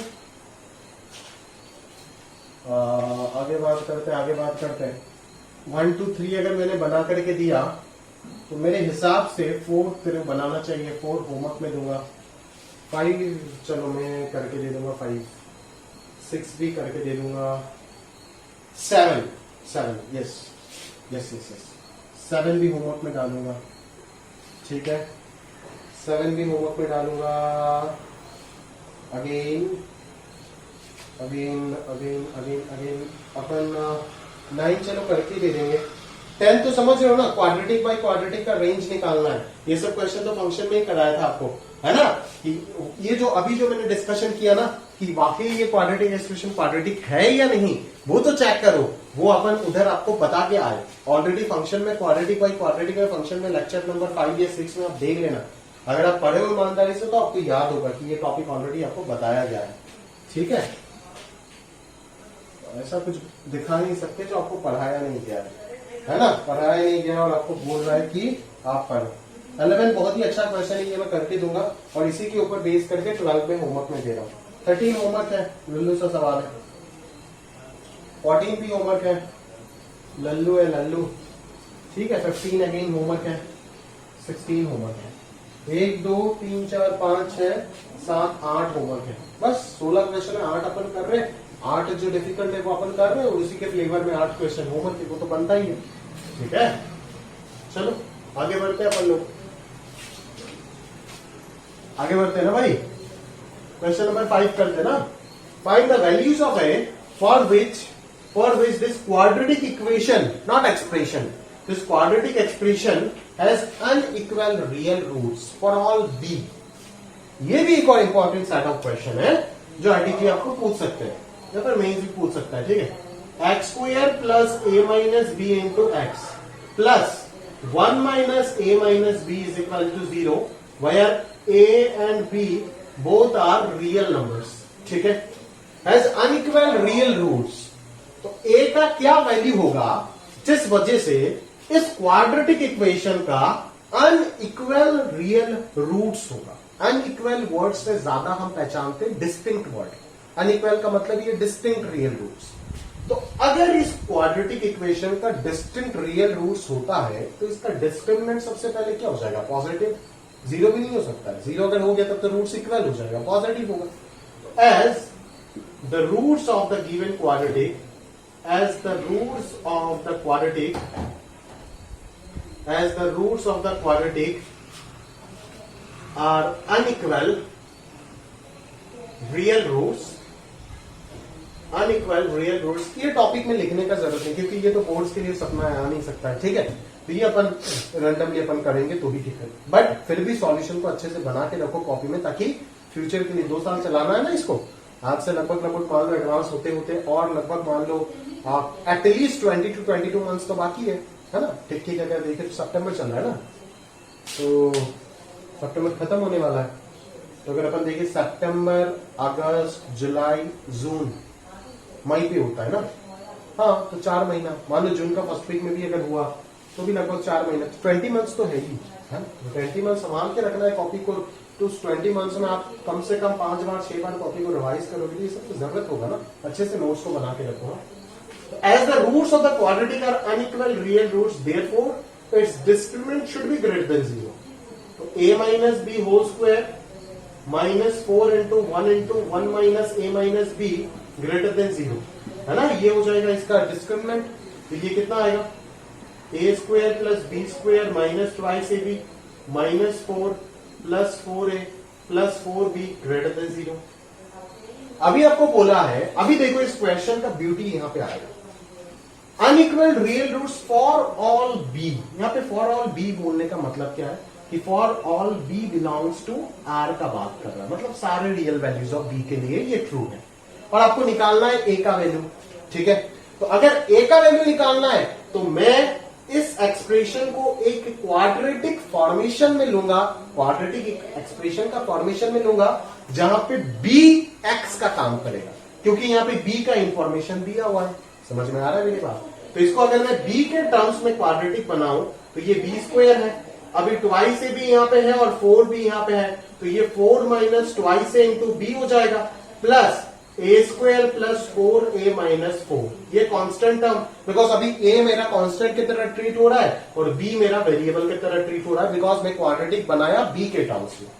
तो आपको कैसा लग रहा है, देखो तो ये क्वेश्चन, ये एक्सप्रेशन दैट इज, ये रिलेशन को देख करके क्या लग रहा है, यहां पे आपको एक और चीज ऑलरेडी गिवन है कि for all b belongs to R, ये क्वेश्चन में गिवन है। तो अगर मैं इस कंटिन्यूएशन को रीड करके फील करने का कोशिश करूं, अगर मेरे को बी का वैल्यू पूछता तो मैं ए पे क्वाड्रेटिक बनाता और डेफिनेटली उस जगह पे ए का डाटा दिया हुआ रहता, ठीक है। तो यहां पे क्या बोल रहा है कि a quadratic expression in terms of b is positive for all b belongs to r। ये तो अपना कॉमन केस हो गया ना, a quadratic expression is positive for all values, a quadratic expression is positive for all x belongs to r, मतलब third वाला case, a greater than 0 का third वाला केस जो फेमस केस है, पॉजिटिव है क्वाड्रेटिक एक्सप्रेशन, जीरो भी नहीं हो सकता, नेगेटिव भी नहीं हो सकता, positive for all x belongs to r, यहां पे x का काम कर रहा है b, इसीलिए for all b belongs to r दिया, मतलब सारे b के लिए ये क्वाड्रेटिक एक्सप्रेशन हमेशा x एक्सिस के ऊपर रहेगा। तो इसका कंडीशन क्या आएगा, इसका कंडीशन एक ही होता है कि लीडिंग कोएफिशिएंट ग्रेटर देन 0 और डिस्क्रिमिनेंट लेस देन 0। तो लीडिंग कोएफिशिएंट तो जनाब यहाँ पे 1 है, ये तो ग्रेटर देन 0 है ही, तो आपके पास बस एक ही कंडीशन बचता है, as 1 is always greater than 0, तो आपके पास एक ही कंडीशन बचता है कि इसका discriminant of above quadratic expression should be negative, क्योंकि अगर d नेगेटिव होगा तभी इमेजिनरी रूट्स आएगा और ये ऊपर बनने का पॉसिबिलिटी बनेगा। क्लियर है मेरे बात? तो ये हो जाएगा 4 माइनस ट्वाइस ए का whole square minus 4 into 1 into a square plus 4a minus 4 less than 0। तो ये आ जाएगा 16 plus 4a square minus 4 into 2 8 into 2 16a minus 4a square minus 16a plus 16 less than 0। Clear है क्या? तो ये 4a² cancel हो गया, ये माइनस 16 32a उधर चला गया और इधर आ गया ग्रेटर देन 16 32। तो यहां से तो आप क्लियरली आराम से a का वैल्यू निकाल सकते हो 1 से बड़ा, that is a belongs to 1 से इंफिनिटी। मतलब अगर a का वैल्यू इस इंटरवल में बिलोंग करता है तभी जाकर के मैं बोल सकता हूं कि इस क्वाड्रेटिक इक्वेशन का रूट्स अनइक्वल रियल रूट्स होगा for all b belongs to r। अगर यहां पे for all b belongs to r नहीं देता, अगर यहां पे for all b belongs to r नहीं देता तो यहां पे मसला हो जाता, नहीं कर पाते आप क्वेश्चन। समझ में आ रहा है ना, क्लियर है? क्योंकि फॉर ऑल अगर नहीं देता तो फॉर सम ये पॉजिटिव रहता है ना। अभी फॉर सम अगर पॉजिटिव रहता तो कंडीशन चेंज हो जाता ना, क्या हो जाता, ऐसे बन जाता। ठीक है, फॉर सम अगर ये पॉजिटिव है तब ये ऐसे रहेगा ना। समझ में आ रहा है क्या, क्लियर है? क्योंकि यहाँ पे ग्रेटर देन 0 है ना, तो ऐसे भी हो सकता है, ऐसे भी हो सकता है। ठीक है, क्योंकि इस केस में भी तो फॉर सम पॉजिटिव है, फॉर ऑल तो नहीं, बिकॉज एटलीस्ट एक वैल्यू के लिए तो 0 आ रहा है ना। क्वाड्रेटिक एक्सप्रेशन तो 0 हो रहा है एक वैल्यू के लिए, तो फॉर ऑल के लिए तो मैं पॉजिटिव नहीं बोल सकता। अगर ग्रेटर देन इक्वालिटी है तब इसके लिए भी ट्रू हो जाएगा, नॉन नेगेटिव दोनों केस में ही हो सकता है। समझ में आ रहा है ना? तो उस केस में d less than 0 condition change होकर के ग्रेटर देन इक्वल टू 0 होगा। अभी d ग्रेटर देन कहां पे होगा, d greater than equal to कहां पे होगा, इन दोनों में भी डिफरेंस है। मैं एक ही क्वेश्चन में सारे केसेस डिस्कस करता हूं, वही आप ध्यान से देखो, समझने का प्रयास करो। अगर यहाँ पे फॉर ऑल भी बिलोंग्स टू आर नहीं देता, फॉर सम बोलता, तो फॉर सम का मतलब ऐसे भी हो सकता है ना कि कुछ b के वैल्यूज के लिए, दैट इज वेरिएबल का कुछ वैल्यूज के लिए पॉजिटिव है, तो ये वाला केस तो सेटिस्फाई कर ही रहा है। बट ये वाला केस सेटिस्फाई करता क्या, फॉर सम के लिए सेटिस्फाई करता ना ये वाला, क्योंकि एक केस के एक वैल्यू के लिए तो 0 बन रहा है। ठीक है ना, क्वाड्रेटिक 0 बन रहा है, तो एक केस के लिए भी अगर 0 बन गया तो पूरा रियल नंबर सेट -1 वैल्यू तो फॉर सम के अंडर भी आ जाएगा ना। तो उस केस में अपन d greater than equal to 0 ले लेते। समझ में आ रहा है ना, लेस देन 0 ना करके ग्रेटर देन इक्वल टू 0 कर लेते और a का value less than equal to 1 आ जाता है। समझ में आ रहा है ना? तो ये सब क्वेश्चन में तो नहीं लिखा है, बट क्वेश्चन देख कर ही दिमाग में याद आता है। पढ़ाने वक्त कहां से याद आता है, ये सब कैसे याद आएगा? बोलो, इतने सारी चीजें दिमाग में कितना चीज याद रखें, नहीं रख पाता। मेरे को एक भी फॉर्मूला याद नहीं रहता है, मेरे को पढ़ाते वक्त देखना पड़ता है, तब जाकर के याद आता है। समझ में आ रहा है? क्लियर? तो इसीलिए बोल रहा हूं कि ये केस, ये तो क्वेश्चन है, बट क्वेश्चन सॉल्व करके आगे बढ़ गया तो नहीं होगा, वो मतलब उस लेवल तक नहीं जा पाओगे। उसमें वैरायटी को सोचना पड़ेगा, वैरायटी क्या है। अगर फॉर ऑल नहीं देता सर तो क्या होता, ये तो मैं अभी डिस्कस करके दे रहा हूं क्योंकि आपके सामने नहीं हो आप। अगर आप क्लास में होते तो आपसे निकालता ये चीज। ठीक है, तो ये सब आप नोट दे करके कॉपी में लिख के रखो, अपने नोट्स को बढ़िया से बनाओ, है ना, ताकि उसमें सफिशियंट मटेरियल हो। ठीक है, तो for all b belongs to r की जगह पे अगर फॉर सम देता तो क्या होता है, ये सब लिख के रखो। ठीक है, चलो आगे बढ़ते।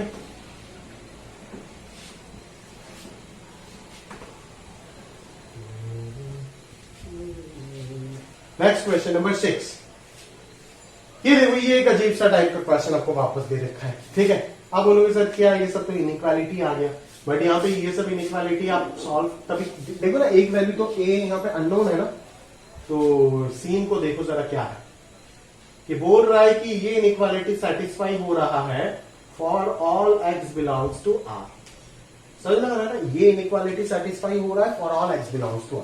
अभी ये तो पॉजिटिव है हमेशा, सारे x के लिए ये पॉजिटिव है, तो इसको मल्टीप्लाई कर दो ना उधर, तो ये हो जाएगा इधर -2 into x² + 1 less than equal to 2x + a, और इधर आ जाएगा x² + 1।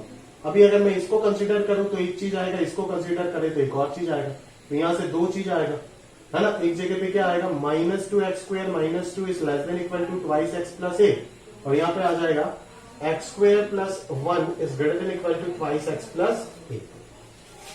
तो यहां से ये क्या बनेगा, 2x² + 2x + a + 2 is greater than equal to 0। ठीक है, और यहां से आ जाएगा x² - 2x + 1 - a is greater than equal to 0। सही है क्या, क्लियर भाई? चलो, तो ये quadratic expression greater than equal to 0 बोल रहा है ना। तो ये quadratic expression greater than equal to 0 कब होगा, ग्रेटर देन इक्वल टू बोला मतलब क्या कि वो 0 से बड़ा भी हो सकता है और 0 को टच करके भी जा सकता है। ठीक है ना, बट नेगेटिव नहीं हो सकता है। नेगेटिव अगर नहीं होता है तो ये दोनों केस ही पॉसिबल है। ये कौन सा केस, d = 0 वाला केस, और ये कौन सा केस, d < 0 वाला केस। आप बोलोगे सर ग्राफ आपने अपवर्ड क्यों बनाया, क्योंकि मैंने को देख किया कि लीडिंग कोएफिशिएंट पॉजिटिव है, यहाँ पे भी लीडिंग कोएफिशिएंट पॉजिटिव है, तो यहाँ पे भी ये दोनों केस पॉसिबल हो सकता है, ठीक है ना, यहाँ पे भी ये दोनों केस पॉसिबल हो सकता है ना भाई, क्योंकि क्वाड्रेटिक एक्सप्रेशन पॉजिटिव भी हो सकता है, इक्वल टू जीरो भी तो हो सकता है ना, तो इक्वल टू जीरो के लिए तो डी बराबर जीरो वाला कंडीशन आएगा ना, समझ में आ रहा है क्या, क्लियर है।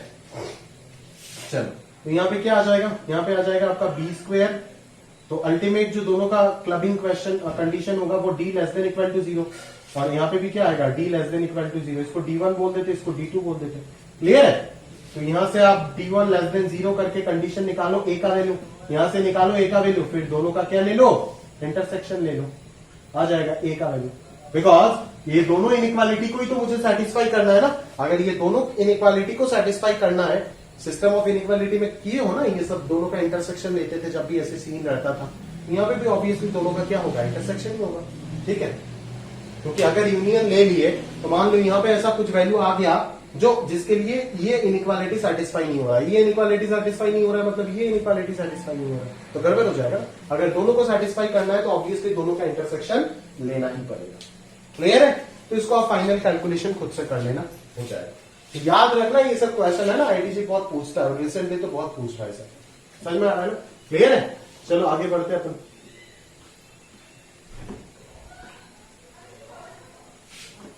नेक्स्ट क्वेश्चन, तो देखो वीडियो तो बनाया था पूरा, है ना, फिर जा करके देखता हूँ यार कि मेमोरी फुल हो गया, वीडियो बंद हो गया था कब का, मैं पढ़ाते जा रहा था, ठीक है। तो यहाँ तक कौन कौन सा सवाल कैंसिल हो गया, नंबर 8, नंबर 9, नंबर 11, ये तीनों मेरे को वापस बताना पड़ेगा जो अच्छे क्वेश्चंस थे, ठीक है। तो चलो बना रहे थे वापस, कल रात को दिमाग खराब हो गया, बनाए नहीं, और आज सुबह बना रहा हूँ, तो अब देख लो एक बार। 7 तक शायद आ गया था, 7 में 6 तक, है ना।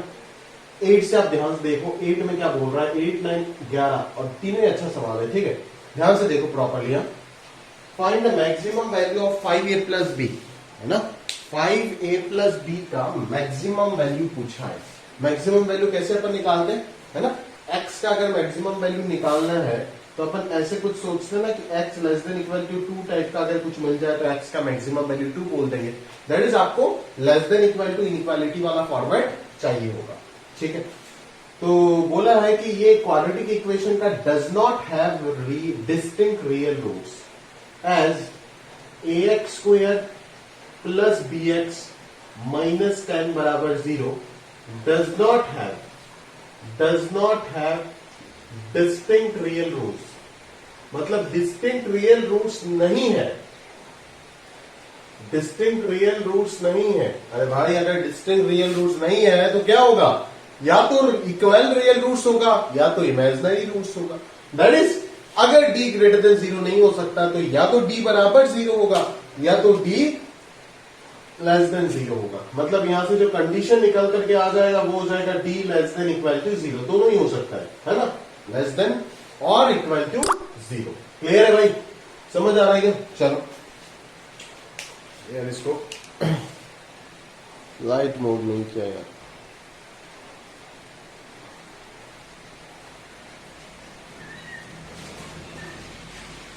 चलो तो d less than equal to 0, इस जगह से अगर अपन देखें ध्यान से तो यहां से हमारे पास क्या आएगा, b square plus 40a is less than equal to 0।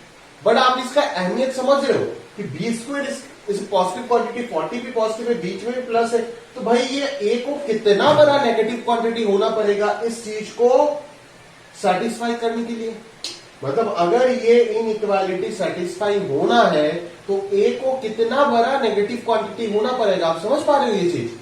तो यहां से क्लियरली ये चीज तैयार हो गया कि a should be less than 0, ठीक है, ये तो क्लियर हो गया, a इज लेस देन 0, ये समझ आ गया है ना। अभी a लेस देन 0 तो क्लियर हो गया है ना, मतलब a लेस देन 0 और d भी लेस देन इक्वल टू 0, तो क्या होगा, अगर a लेस देन 0 है तो ग्राफ डाउनवर्ड होगा, और d भी लेस देन इक्वल टू 0 है तो या तो ग्राफ ऐसे होगा टच करके जाएगा या तो ऐसे होगा, ठीक है। That is the quadratic expression जो होगा वो हमेशा एक्स एक्सिस से क्या जाएगा, नीचे जाएगा, ठीक है ना। तो एज आप जानते हो ऑलरेडी ए अगर लेस देन 0 है, डी अगर लेस देन इक्वल टू 0 है, तो इन दोनों इक्वेशन से मैं दोनों कंडीशन से मैं क्या बोल सकता हूं, that is y equal to f x जो होगा वो आपका हमेशा लेस देन इक्वल टू 0 होगा, है ना। क्योंकि देखो ना ये दोनों ग्राफ में क्या है, या तो क्वाड्रेटिक एक्सप्रेशन नेगेटिव है, इस केस में तो नेगेटिव आ जाएगा, इस केस में y लेस देन 0, इस केस में y इक्वल टू 0, दोनों को क्लब करेंगे तो यही आएगा ना। क्लियर है, समझ आ रहा मेरी बात। चलो इसके साथ मैच मत कर देना इसको, है ना। फीलिंग अलग अलग है, इसका फीलिंग है इमेजिनरी और इक्वल रूट्स, और उस फीलिंग से हमारे को ये चीज पता चला, ठीक है। तो F x should be less than 0। F x क्या है आपका, एफ एक्स क्या देखो, ए एक्स क्या है, a x square plus b x minus 10 बराबर should be less than equal to 0, ये है ना आपका एफ एक्स, ठीक है।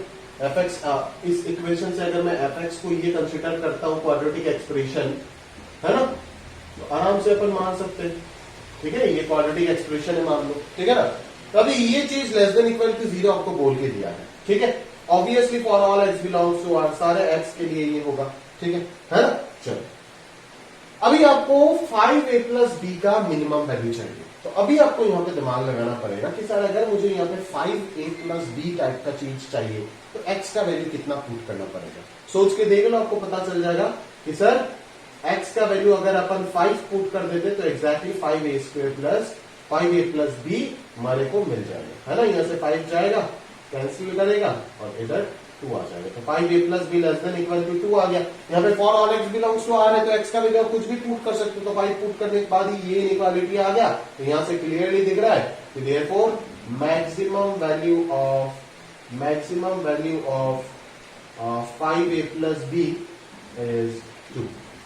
अभी इस इक्वेशन को मैं 1 और मोर देन 1 वाला भी बना सकता हूँ। एक ऑप्शन में मैं 5a प्लस बी का मैक्सिमम वैल्यू दे दूंगा, एक ऑप्शन में 3a प्लस बी का। अगर 3a प्लस बी का देता हूँ तो x का वैल्यू 3 डालोगे, क्योंकि सेम कॉमन चला जाएगा ना, x कॉमन चला जाएगा, उधर डिवाइड हो जाएगा। 100a प्लस बी, है ना, 1 करोड़ a प्लस बी, कुछ भी पुट कर सकते हो आप, मतलब कोई भी ऑप्शन बना सकते हो। आपको कंफ्यूज करने के लिए और अच्छा होगा ऐसे ऑप्शन अगर बना देते, 10 to the power 5a plus b का मिनिमम वैल्यू, है ना, आप फंस जाओगे। बहुत बच्चे तो ऑप्शन देख के सवाल छोड़ देंगे, नहीं बोले इतना बड़ा 10 टू द पावर 5 कौन कैलकुलेट करेगा, बट हकीकत में देखें तो वो फील नहीं कर पा रहे ना चीजों को।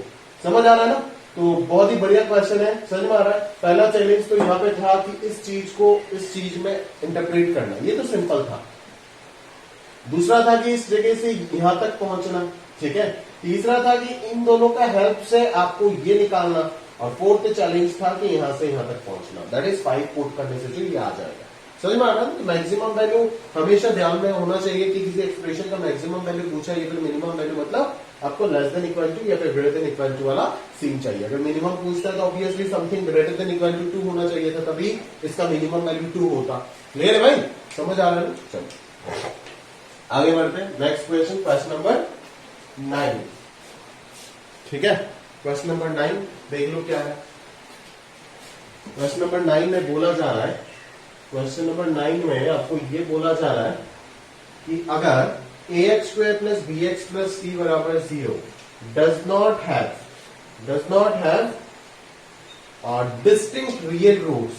अच्छा सेम चीज है, a x square plus b x plus c बराबर 0, है ना, does not have distinct real roots, does not have distinct real roots,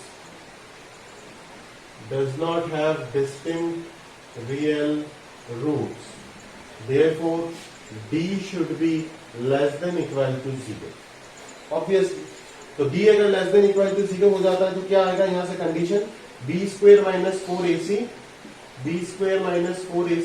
is less than equal to 0। चलो इसका जरूरत होगा भी नहीं, देख लेते।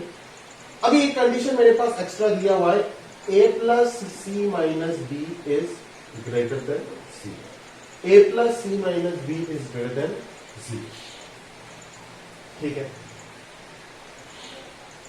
ठीक है, कोई दिक्कत वाली बात नहीं। अभी ध्यान से देखो ये a plus c minus b क्या होगा, ये a plus c minus b आपको कहां से मिलेगा। अगर मैं fx कंसीडर कर लेता हूं इसको, ax square plus bx plus c वाले पार्ट को, तो a plus c minus b क्या हो जाएगा, यहाँ पे x का वैल्यू -1 डालने से a plus c minus b आएगा ना। दैट इज आपको इनडायरेक्टली बोल रहा है कि f of -1 is positive, f of -1 is positive. f of -1 क्या है भाई, पॉजिटिव। समझ आ रहा है ना? ठीक है, तो एफ ऑफ -1 अगर पॉजिटिव है मतलब इनडायरेक्टली आपको क्या पता चल रहा है कि x का वैल्यू अगर मैं -1 डालता हूं, x का वैल्यू अगर मैं -1 डालता हूं तो फंक्शनल वैल्यू जो आ रहा है वो क्या आ रहा है? पॉजिटिव आ रहा है। x का वैल्यू अगर मैं -1 डालता हूं तो फंक्शनल वैल्यू जो आ रहा है वो क्या आ रहा है? पॉजिटिव आ रहा है ना भाई? समझ में आ रहा है मेरी बात? x का वैल्यू -1 डालते ही फंक्शनल वैल्यू पॉजिटिव आ रहा है। अच्छा, और आपको ये भी पता है कि भाई d less than equal to 0 है, मतलब या तो केस ऐसे होना पड़ेगा, टच करके जाना पड़ेगा, है ना, या तो केस ऐसे ऊपर से जाना पड़ेगा। ठीक है, तो आप मेरे को बोलो तो क्या अगर ग्राफ को इस पॉइंट से पास करना है और इस कंडीशन को भी सेटिस्फाई करना है तो क्या आपका ग्राफ डाउनवर्ड हो सकता है क्या? बिकॉज मैं इसीलिए डाउनवर्ड अपवर्ड के बारे में सोच रहा हूं क्योंकि मेरा पहला कंडीशन ही है साइन ऑफ ए निकालो, और ए का साइन किससे आएगा? डाउनवर्ड या अपवर्ड से ही तो आएगा ना। तो आप खुद सोचो ना कि अगर पॉइंट को इससे पास करना है और वो क्या बोलते हैं d less than equal to 0 वाला कंडीशन को सेटिस्फाई करता है तो डाउनवर्ड हो सकता है क्या? नहीं हो सकता, बिकॉज अगर डाउनवर्ड होता है पैराबोला और इस पॉइंट से पास करना है तो ग्राफ को एटलीस्ट ऐसे तो, या फिर मैक्सिमम पॉइंट भी एक्स को मानते तो ऐसे तो होना ही पड़ेगा। मतलब अगर ग्राफ ऐसे होता है तब दो डिस्टिंक्ट पॉइंट में तो कट कर ही जाएगा, दो डिस्टिंक्ट पॉइंट में अगर कट कर ही जाता है तब तो डी ग्रेटर देन वाला 0 मतलब ग्रेटर देन 0 वाला केस सेटिस्फाई हो जाएगा ना, d less than equal to 0 तो सेटिस्फाई नहीं हो पाएगा। समझ आ रहा है क्या मेरे बात? बस वही चीज चलेगा, है ना, वही चीज चलेगा। समझ आ रहा है ना? इसीलिए अपन यहां से क्लियरली बोल सकते हैं कि -1 पे यहाँ पे फंक्शनल वैल्यू पॉजिटिव दे रखा है, दैट इज, है ना, ग्राफ जो है वो आराम से आपका इस तरीके से होना चाहिए। या तो एक्सट्रीम लेवल में ग्राफ टच करके जा सकता है बट ग्राफ कभी नीचे नहीं आ पाएगा, है ना, नीचे नहीं आ पाएगा। क्यों? क्योंकि डी ग्रेटर देन 0 वाला केस सेटिस्फाई हो जाएगा, तो नीचे कैसे आ सकता है? ठीक है ना, नीचे नहीं आ सकता है। तो डाउनवर्ड पैराबोला का केस पॉसिबल यहाँ पे नहीं होगा। ठीक है, तो डाउनवर्ड पैराबोला का केस अगर पॉसिबल नहीं होता है तो ए क्या होगा? पॉजिटिव हो जाएगा, पता ही चल गया, साइन ऑफ ए पॉजिटिव हो जाएगा। ठीक है, अच्छा, अभी बात क्या है सी के बारे में, अभी बात क्या है सी के बारे में। सी क्या है? सी आपको कब मिलेगा? जब एक्स का वैल्यू 0 मिलो, दैट इज एफ ऑफ 0 का वैल्यू आपको इनडायरेक्टली पूछा है। ठीक है, तो सी अगर एफ ऑफ 0 है तो आप देख रहे हो अगर ग्राफ आपका अपवर्ड पैराबोला है और एक्स एक्सिस के नीचे कभी आ ही नहीं सकता है, एटलीस्ट ऐसा केस हो सकता है, या तो ग्राफ ऐसा केस हो सकता है तो x इक्वल टू 0 पे या तो वैल्यू 0 हो सकता है या तो वैल्यू हमेशा पॉजिटिव रहेगा, बट नेगेटिव कभी नहीं हो सकता। अगर ग्राफ यहां से पास होकर के ऐसा सीन बना देता है ना, तो आप देखोगे कि 0 पे वैल्यू नेगेटिव आ रहा है, बट ये हो नहीं सकता बिकॉज उस केस में दो डिस्टिंक्ट रियल रूट आ जाएगा जो कि क्वेश्चन में नहीं बोला है ना, नहीं आ सकता है बोला है। समझ में आ रहा है ना? तो ये केस तो पॉसिबल नहीं हो सकता। समझ में आ रहा है? ये केस भी पॉसिबल नहीं हो सकता, ये केस भी पॉसिबल नहीं हो सकता, ये सब कुछ भी पॉसिबल नहीं हो पाएगा, है ना। ये केस में ए तो सेटिस्फाई हो जाएगा बट ये सेटिस्फाई नहीं होगा, हमें दोनों को सेटिस्फाई करना पड़ेगा, है ना। एफ ऑफ -1 ग्रेटर देन 0 भी होना पड़ेगा और d less than equal to 0 भी होना पड़ेगा। इन दोनों का इंटरसेक्शन, इन दोनों का इंटरसेक्शन ही ये है, दैट इज ये है। समझ में आ रहा है? क्लियर है? तो एफ ऑफ 0 ऑब्वियसली क्या होगा? या तो 0 होगा या तो पॉजिटिव हो सकता है, या तो 0 या तो पॉजिटिव, ठीक है ना, दैट इज नॉन नेगेटिव हो सकता है। क्लियर? समझ आ रहा है मेरी बात? और थर्ड कंडीशन आपको बोला है कि 4a plus c minus 2b greater than equal to 0 दिखाओ। तो 4a plus c minus 2b कहां पे मिलेगा? जब x का वैल्यू -2 पुट करूंगा। अरे भाई, अगर 0, अगर ग्राफ पूरा पूरा हमेशा एक्स एक्सिस को टच कर रहा है या फिर उससे ऊपर है तो -2 पे जो फंक्शनल वैल्यू है, या तो ऐसे हो सकता है कि मान लो -2 पे टच करके जा रहा है, या तो ऐसे हो सकता है ना कि -2 पे वैल्यू जो है वो बड़ा है ना। ये सारे केस देखो ना, ये सारे केस में -2 पे वैल्यू 0 से ऊपर है या तो 0 हो, ठीक है। तो हम बोल सकते हैं कि ये सारे केस में अगर क्वाड्रेटिक एक्सप्रेशन हमेशा, है ना, यहां से ये कंफर्म हो गया कि quadratic expression is non negative, quadratic expression is non negative for all x belongs to r, कभी नेगेटिव नहीं हो सकता, इम्पॉसिबल है। तो f ऑफ -2 का वैल्यू भी ग्रेटर देन इक्वल टू 0 बोल सकते हैं आराम से। इक्वालिटी लगाना पड़ेगा क्योंकि आप जानते नहीं हो 0 होगा या नहीं होगा, बट नेगेटिव नहीं हो सकता। तो इक्वालिटी अगर लगा देते तो यहाँ पे क्या आ जाएगा? 4a - 2b plus c is greater than equal to 0 which implies 4a plus c is greater than equal to twice. Clear? समझ आ रहा है? हो गया प्रूफ, ठीक बात है? क्लियर है ना भाई? बस वही चीज आपको डिटेल में अच्छे से समझना था और कोई दिक्कत वाली बात यहाँ पे नहीं है। क्लियर है भाई? चलो आगे बढ़ते हैं अपन लोग, ठीक है। लास्ट क्वेश्चन, क्वेश्चन नंबर 11, ठीक है ना। चलो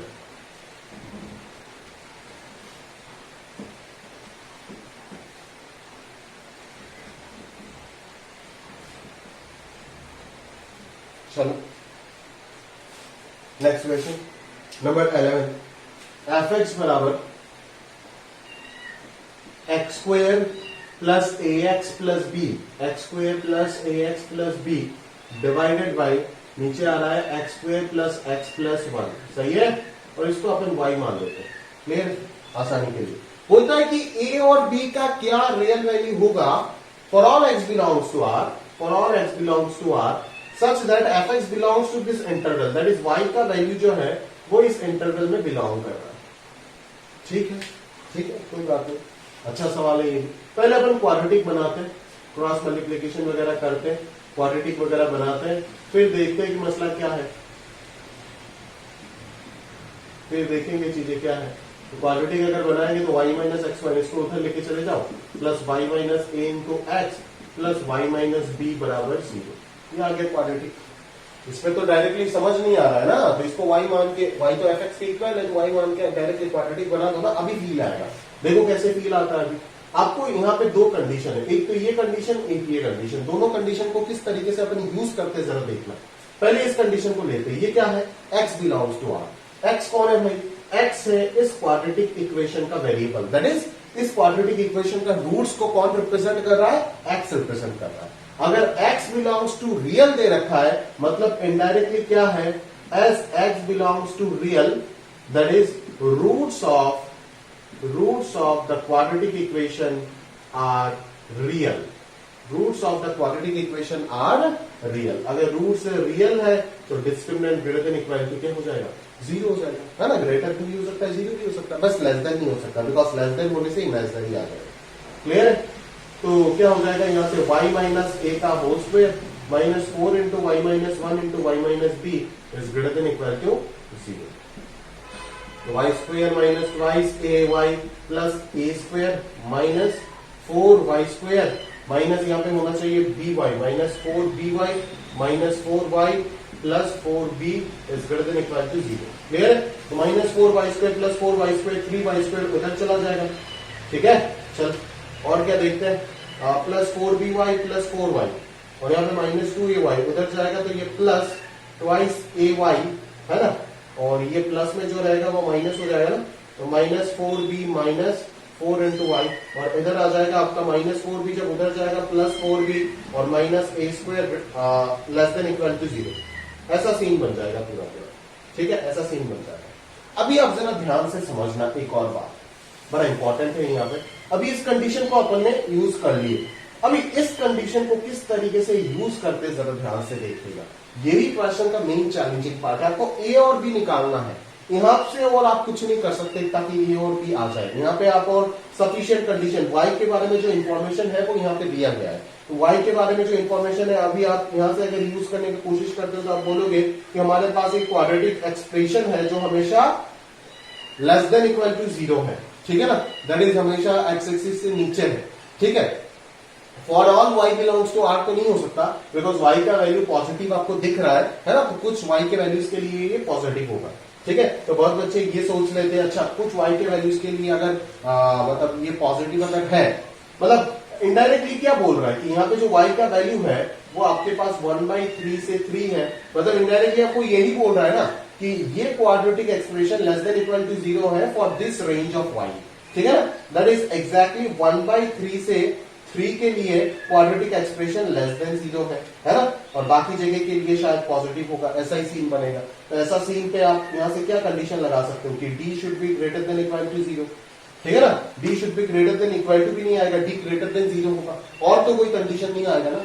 d ग्रेटर देन 0 करके यहाँ से एक इनइक्वालिटी आएगा a और b के टर्म्स में, बट a और b का वैल्यू तो नहीं निकाल सकते ना, तो उसी जगह पे आपको दिमाग लगाना पड़ेगा। क्या करोगे आप, अगर मैं इस 1/3 और 3 को दो रूट्स मान के क्वाड्रेटिक एक्सप्रेशन बना लेता हूं, जैसे मान लो ना 1/3 को अल्फा और 3 को बीटा मान लिया, तो हमारे पास आ गया sum of the roots that is 9 plus 1 10/3 into y plus product of the root, है ना, ये मेरे पास मान लो एक क्वाड्रेटिक एक्सप्रेशन आ गया इन टर्म्स ऑफ वाई। और उसको अगर मैं लेस देन 0 कर देता हूं तो हमारे पास क्या आएगा, 3y square minus 10y plus 3 less than equal to 0। अभी आप ध्यान से देखो तो ये कंडीशन और ये इनइक्वालिटी क्या एक दूसरे को इंप्लाई कर रहा है, बिल्कुल कर रहा है, बिकॉज इसको अगर आप सॉल्व कर दोगे तो ये मिलेगा आपको। तो इस कंडीशन को क्या मैं इस तरीके से नहीं लिख सकता? बिल्कुल लिख सकता हूं।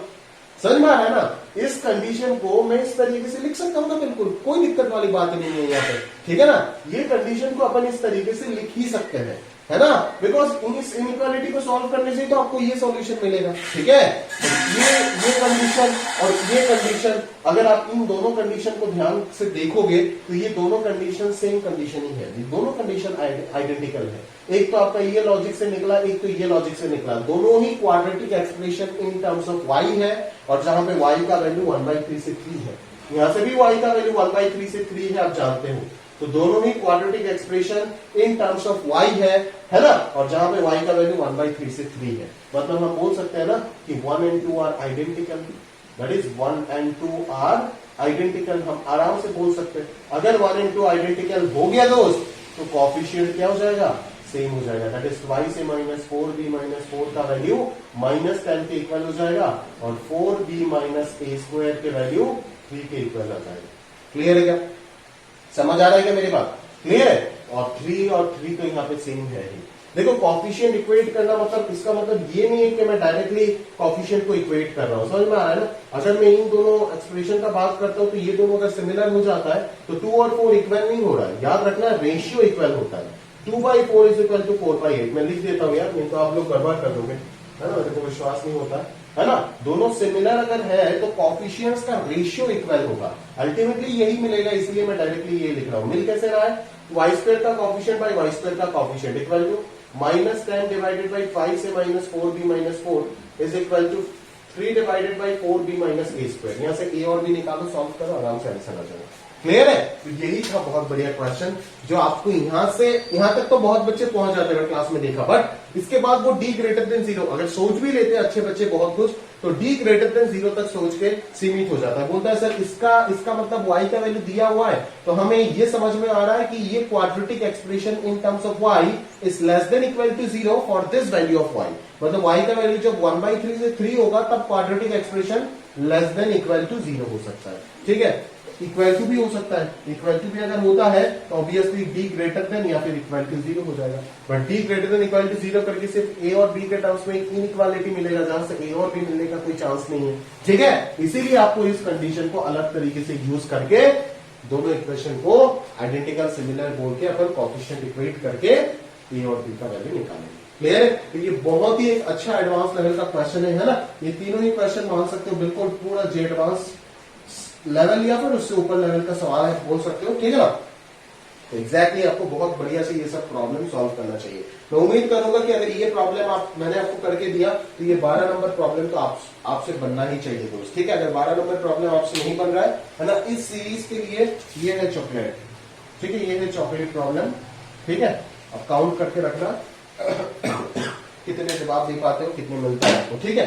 तो बस ये मैंने पूरा ओवरऑल डिस्कशन कर लिया। रिमेनिंग 8 प्रॉब्लम्स और ये तीनों प्रॉब्लम्स आपके लिए होमवर्क रहेगा, और वो आप होमवर्क में कर लेना, ठीक है ना? अभी हमारा एक और पार्ट बाकी रह गया, तो उसमें थोड़ा बहुत देख लेते हैं, फिर आज का लेक्चर कंप्लीट हो जाएगा, ठीक है? तो चलिए अभी एक और पार्ट देख लेते हैं हमारा, ठीक है? हेडिंग लगाइएगा, फैक्टराइजेशन। एक छोटा सा आर्टिकल है, ठीक है? ये क्वाड्रेटिक एक्सप्रेशन के अंदर भी अपन पढ़ा देते हैं, ठीक है? खास करके कोऑर्डिनेट ज्योमेट्री में आपको वापस मिलेगा जाकर यहाँ, तो उधर अप्लाई करेंगे डायरेक्ट यार। फैक्टराइजेशन ऑफ 2 डिग्री एक्सप्रेशन,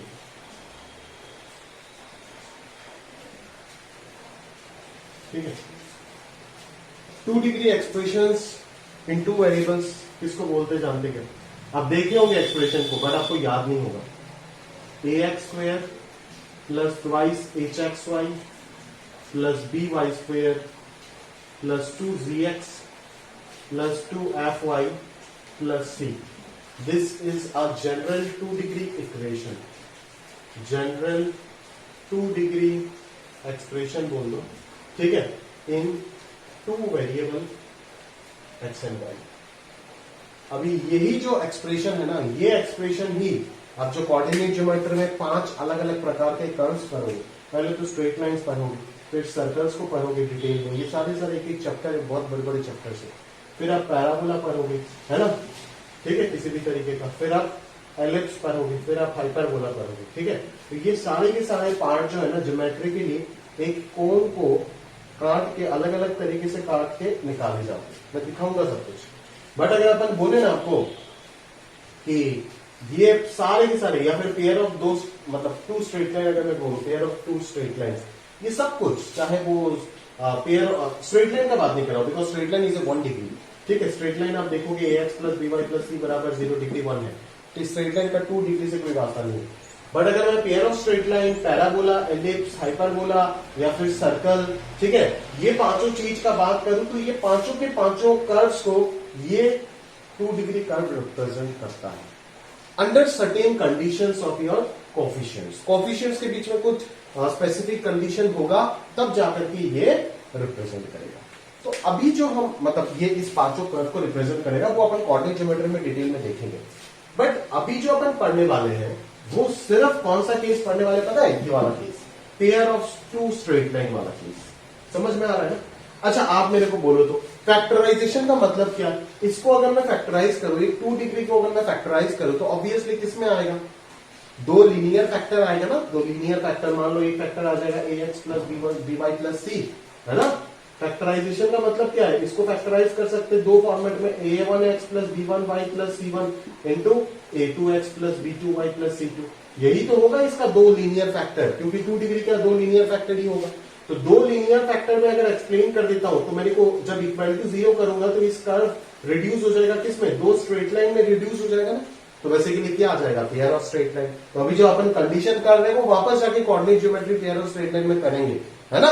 तो एक 2 डिग्री एक्सप्रेशन कब एक पेयर ऑफ स्ट्रेट लाइन बन सकता है, उसका कंडीशन क्या होगा? समझ में आ रहा है? तो डेरिवेशन वगैरह सब कुछ मैं उधर बताऊंगा। यहाँ पे बस ये आर्टिकल पढ़ा जाता है, इसीलिए मैं आपको याद करा रहा हूं, बस याद करना, ठीक है। जो भी लिख रहा हूं उसको याद रखना। Any 2 degree curve can be expressed as product of two linear factors if ये डिटर्मिनेंट का वैल्यू 0 हो जाए ना। व्हाट इज डिटर्मिनेंट जो आप नहीं जानते हो मैं बताऊंगा, ठीक है। ए happy girl having beautiful face goes for coffee. इस ट्रिक से अपन इसको याद रख लेते हैं, ठीक है। अगर लड़कियों को याद रखना है तो उसमें गर्ल की जगह पे बॉय का फीलिंग ले लूं, ठीक है, इसी बात है। बट यहाँ पे बनेगा नहीं क्योंकि यहाँ पे जी देखिए अपन यूज करके आए, समझ में आ रहा है ना, क्लियर है। तो ये a h g b f c ये सारे के सारे क्या है? ये कोफिशिएंट है। अगर कोफिशिएंट के बीच में ये रिलेशन होता है, दैट इज ये डिटर्मिनेंट अगर 0 हो जाता है, तब जाकर के हम लोग बोल सकते हैं कि ये 2 डिग्री एक्सप्रेशन 2 लीनियर फैक्टर के प्रोडक्ट में एक्सप्रेस हो सकता है। दैट इज ये 2 डिग्री एक्सप्रेशन अगर ये दोनों लीनियर फैक्टर में एक्सप्रेस हो जाता है तो यहां से मेरे को 2 अलग अलग स्ट्रेट लाइन मिल सकता है, जो 2 स्ट्रेट लाइन मिल करके इस कर्व को रिप्रेजेंट कर रहा है। दैट इज ये कर्व एक पेयर ऑफ स्ट्रेट लाइन का रिप्रेजेंटेशन बन जाएगा, ठीक है। 2 स्ट्रेट लाइन समझ में आ रहा है ना। तो ये सब देखेंगे अपन उधर जाके। बस अभी के लिए इतना सा याद रखो कि सर एक 2 डिग्री कर्व को प्रोडक्ट ऑफ 2 लीनियर फैक्टर में एक्सप्रेस कब किया जाएगा? जब कोफिशिएंट्स के बीच में ये रिलेशन आएगा। और इसका वैल्यू क्या होगा? इसको एक्सपांड ऐसे करते हैं, किसी भी एक पर्टिकुलर कॉलम या फिर रो में यूट्यूब में सर्च करके देख लेना डिटर्मिनेंट कैसे एक्सपांड करता है ना। ये सब मेरा बताने का मन नहीं है, ठीक है, एकदम लल्लू चीज है, 12 में ऐसे ही पढ़ोगे। तो a into b c minus f square, यहाँ पे आएगा b c minus f square. मैं कोऑर्डिनेट ज्योमेट्री में ऐसे ही बताऊंगा, जहां पे एरिया आएगा ना निकालने के लिए उस जगह पे ऐसे ही बताऊंगा, ठीक है। तो a into b c minus f square, ठीक है। फिर अगर मैं मान लो h को कंसिडर कर लिया तो h से पहले सेकंड वाले से पहले हमेशा माइनस लगा देना, है ना। माइनस h इंटू h का कॉलम गया, h का रो गया, और इधर आ जाएगा ch minus F G, ch minus F G, ठीक है। और फिर अगर मैं g को ले लिया तो इधर क्या आ जाएगा? hf minus bg, hf minus bg is equal to 0। तो ये वही हो गया abc minus af square minus ch square plus fgh minus bg square equal to 0, ठीक है। अगर सही से देखें तो a f square plus b g square उधर अगर चला गया तो twice minus twice f g h है ना, minus a b c plus c a square है ना, सी a square, C a square भी है, 3 4 5 6 6 तो था ना, हाँ 6। ये है आपका वो कंडीशन। कोफिशिएंट्स के बीच में अगर ये कंडीशन आ जाता है, ये कंडीशन सेटिस्फाई हो जाता है, तो अपन क्या बोल सकते हैं कि ये 2 डिग्री एक्सप्रेशन दो लीनियर फैक्टर का प्रोडक्ट में एक्सप्रेस हो जाएगा। क्लियर है, समझ आ रहा है पक्का? तो चलो इतना सा ये थियोरी लिख लेना पॉज करके और याद रख लेना। अपन क्वेश्चन में चलते हैं, ठीक है?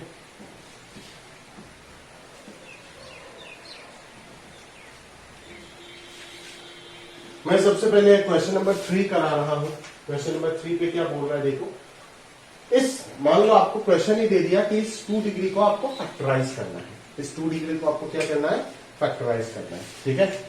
इस 2 डिग्री को फैक्टराइज करना है तो पहले तो आपको चेक करना पड़ेगा कि सर क्या ये फैक्टराइज होगा या नहीं होगा। तो वो जो कंडीशन है उसमें पुट करके आप चेक कर लो कि फैक्टराइज होगा या नहीं होगा। अभी अभी जो कंडीशन निकाला था, ठीक है? ए का वैल्यू यहां से कितना आ रहा है? इक्वेट करने से उस जनरल इक्वेशन के साथ इक्वेट करो, इक्वेट करके a h b f g h ये सब निकालो। ए का वैल्यू 1 आ गया, यहाँ पे ट्वाइस एच होता था, ट्वाइस एच का वैल्यू यहाँ पे -5 है तो एच का वैल्यू कितना होगा? -5/2, ठीक है? फिर यहाँ पे बी होता था तो बी का वैल्यू आ गया 4। फिर यहाँ पे होता था x square plus twice h b y square plus twice g होता था यहाँ पे, तो जी का वैल्यू हो जाएगा हाफ। यहाँ पे ट्वाइस एफ होता था तो एफ का वैल्यू 1 हो जाएगा और सी का वैल्यू -2। तो ये कंडीशन उस फाइनल कंडीशन जो निकाला था उसमें पुट करके चेक करो कि सेटिस्फाई कर रहा है नहीं। ऑब्वियसली सेटिस्फाई करेगा, मतलब ये दो लीनियर फैक्टर में एक्सप्रेस हो सकता है। अभी ये सवाल है कि यहाँ से फैक्टराइज करे कैसे, दोनों लीनियर फैक्टर कैसे निकाले। तो देखो मैं with the help of quadratic equation हम ये कर सकते हैं। कैसे करते हैं देखो जरा, इसको इक्वल टू 0 लिखो और 0 लिख करके आप एक क्वाड्रेटिक बनाओ। इन टर्म्स ऑफ एक्स भी बना सकते हो, इन टर्म्स ऑफ वाई भी बना सकते हो। अगर एक्स के टर्म में बनाते हो तो वाई के सारी चीज कांस्टेंट की तरह ट्रीट होगा, अगर वाई के टर्म में बनाते हो तो एक्स के सारी चीज कांस्टेंट की तरह ट्रीट होगा, ठीक है ना?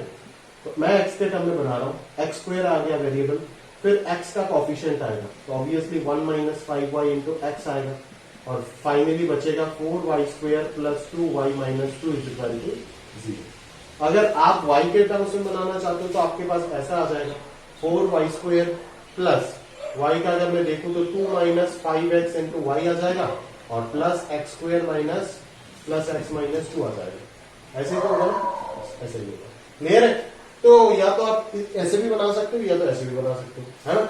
अभी आप यहां से क्या करो, क्वाड्रेटिक फॉर्मूला लगा दो, खत्म बात। यहां से क्वाड्रेटिक फॉर्मूला लगाएंगे तो क्या होगा? -b कितना हो जाएगा? 5y - 1 plus minus b square, b square कितना होगा? 1 + 25y स्क्वायर माइनस 10y, ठीक है?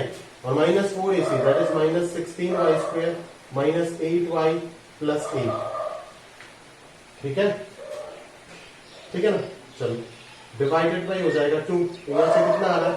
5y - 1 प्लस माइनस ये कितना होगा? 25 - 16 हो जाएगा 9y स्क्वायर माइनस 10 - 8 हो जाएगा -18y और 8 और 1 मिलकर के हो जाएगा 9 डिवाइडेड बाई 2 हो जाएगा। क्लियर? यहां से 9 कॉमन आ जाएगा, ठीक है? तो ये पूरा 3y - 3 का स्क्वायर है। आप देख लो 3y - 3 का स्क्वायर है ना, डिवाइडेड बाई 2।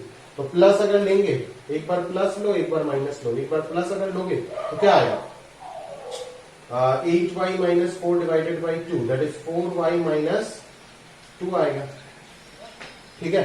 और एक बार अगर माइनस लेंगे तो 2y और प्लस 2 आ जाएगा दैट इज y + 1 आएगा, ठीक है ना?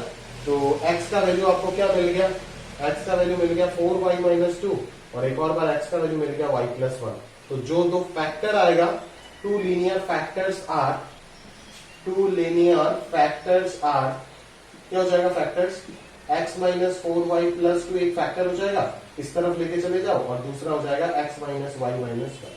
देखो इन दोनों को प्रोडक्ट करके देखो, आपको यही एक्सप्रेशन मिल जाएगा।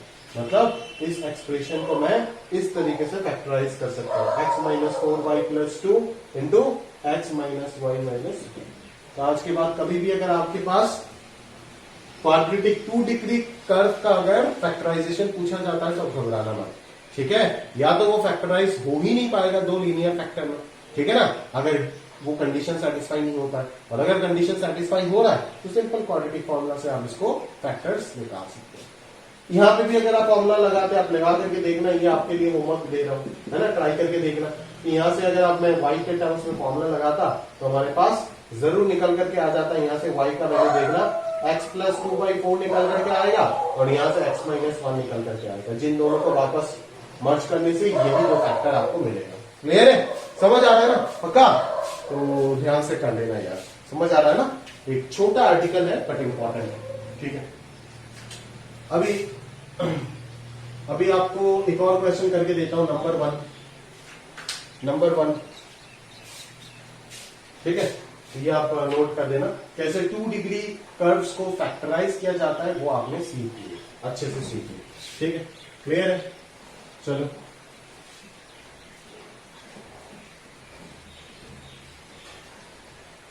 आगे बढ़ते हैं। वापस आपके पास एक 2 डिग्री कर्व दिया हुआ है, बट अब की बार इक्वेशन दिया हुआ है और बोलता है कि x और y दोनों रियल हैं, तो x और y का वैल्यू इस इंटरवल में होगा, प्रूफ करें। या फिर ऑप्शन भी बना के दे सकता है कि x और y का ये इंटरवल में है, ऑप्शन सेलेक्ट कर रहा है, ऐसे भी दे सकता है, ठीक है। तो कुछ नहीं है ना, आप x के टर्म में क्वाड्रेटिक अगर बनाओगे तो क्या आएगा, ऐसा आएगा ना चीजें, ठीक है।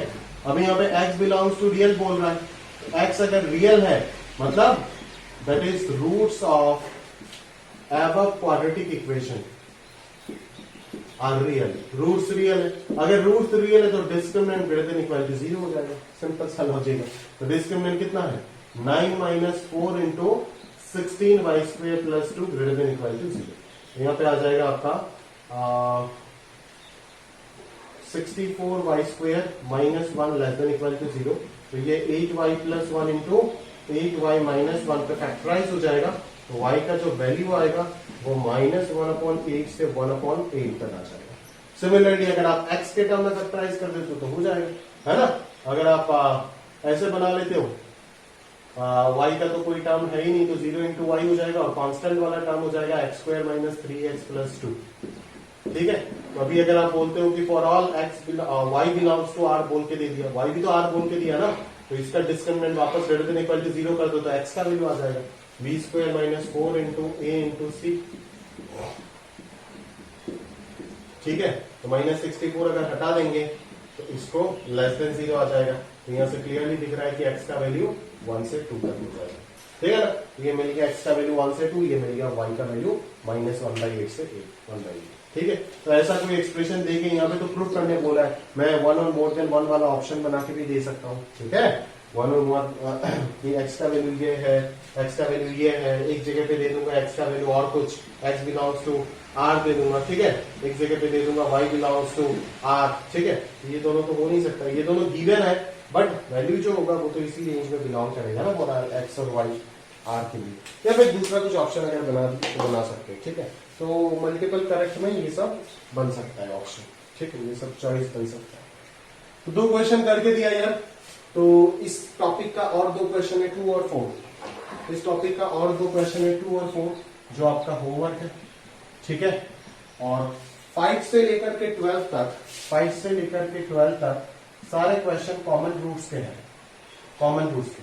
तो कॉमन रूट्स मैंने 10th के साथ आपको वो वाला लेक्चर पढ़ाया, मतलब मिल जाएगा आपको वो लेक्चर, ठीक है।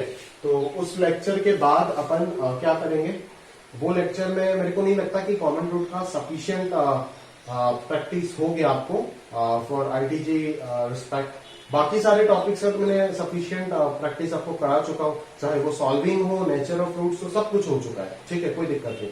सिर्फ लोकेशन बाकी है जो अगले क्लास में होगा, ठीक है ना। बट कॉमन रूट का और थोड़ा प्रैक्टिस अगर कर लोगे तो सेफ साइड में रहोगे। इसी चीज को सोचते हुए मैं और आप 8 क्वेश्चन इंक्लूड कर दिया। इतना सा अगर प्रैक्टिस कर लोगे तो आराम से हो जाएगा और नहीं चाहिए, ठीक है। चलो, तो 5 से 12 ये 8 क्वेश्चन और इधर 10 क्वेश्चन, ये 10 क्वेश्चन आपका होमवर्क का था। कॉमन रूट में करके नहीं दे रहा हूं बिकॉज ऑलरेडी पढ़ा चुका हूं, तो आप ट्राई करो, फिर अपन डिस्कस करेंगे इसको जूम कर, ठीक है। तो ये 10 क्वेश्चन हो गया। और इससे पहले वाले स्लाइड का दे दिया था और 8 क्वेश्चन, ये 18 क्वेश्चन आपका इस लेक्चर का होमवर्क है, कर लीजिएगा अच्छे से और करने के बाद अपन डिस्कस करेंगे। 18 के साथ साथ ऊपर पहला ग्राफ बनाने में और भी 3 था, ठीक है। ये 18-20 क्वेश्चन आप ध्यान से कर लेना एकदम फुल अटैम्प्ट मार के, ठीक है। और आप बिल्कुल कर सकते हो, ऐसा नहीं कि आप नहीं कर सकते, कर सकते हो। इसको पढ़ने से पहले एक बार कॉमन रूट रिवाइज कर लेना, ठीक है ना, तो आराम से हो जाएगा, ठीक है। तो अच्छे अच्छे क्वेश्चन से ध्यान से करना, ठीक है। तो ऐसा भी नहीं एकदम बहुत टफ है जैसे आप बना ही नहीं सकते हो, जैसे पहले वाले स्लाइड में था, ठीक है। ऐसा भी नहीं है एकदम, आप थोड़ा सा सोचो कि आराम से बन जाएगा, ठीक है। तो बस यहां तक रखते हैं आज का लेक्चर, है ना। तो बाकी चीज जो भी है वो अपन नेक्स्ट लेक्चर में देखेंगे, ठीक है। लोकेशन ऑफ रूट, है ना। तो इस लेक्चर का ये 18 से 20 क्वेश्चन होमवर्क था जो आपको प्रॉपरली हो जाना चाहिए आपसे, ठीक है। नेक्स्ट लेक्चर में शायद इतना होमवर्क वगैरह ना रहे, है ना, बहुत ही कम होमवर्क है, बट इस लेक्चर को तो आपको ज्यादा होमवर्क मिल रहा है 18 से 20, तो ये प्रॉब्लम आप ध्यान से कर लेना, अपन डिस्कस करेंगे इसमें, ठीक है। तो आज के लिए यहाँ तक समाप्त करते हैं और बस एक टॉपिक हमारा बाकी है इस पूरा थ्योरी ऑफ इक्वेशन का, वो है लोकेशन ऑफ रूट, है ना, और रिमाइंडर फैक्टर थ्योरम, ठीक है। तो वो अपन अगले लेक्चर में अगर कंप्लीट हो जाता है तो एक ही लेक्चर में हो जाएगा, नहीं तो 2 लेक्चर चाहिए होगा, क्लियर है। चलो तो आज के लिए यहाँ तक समाप्त करते हैं, अलविदा।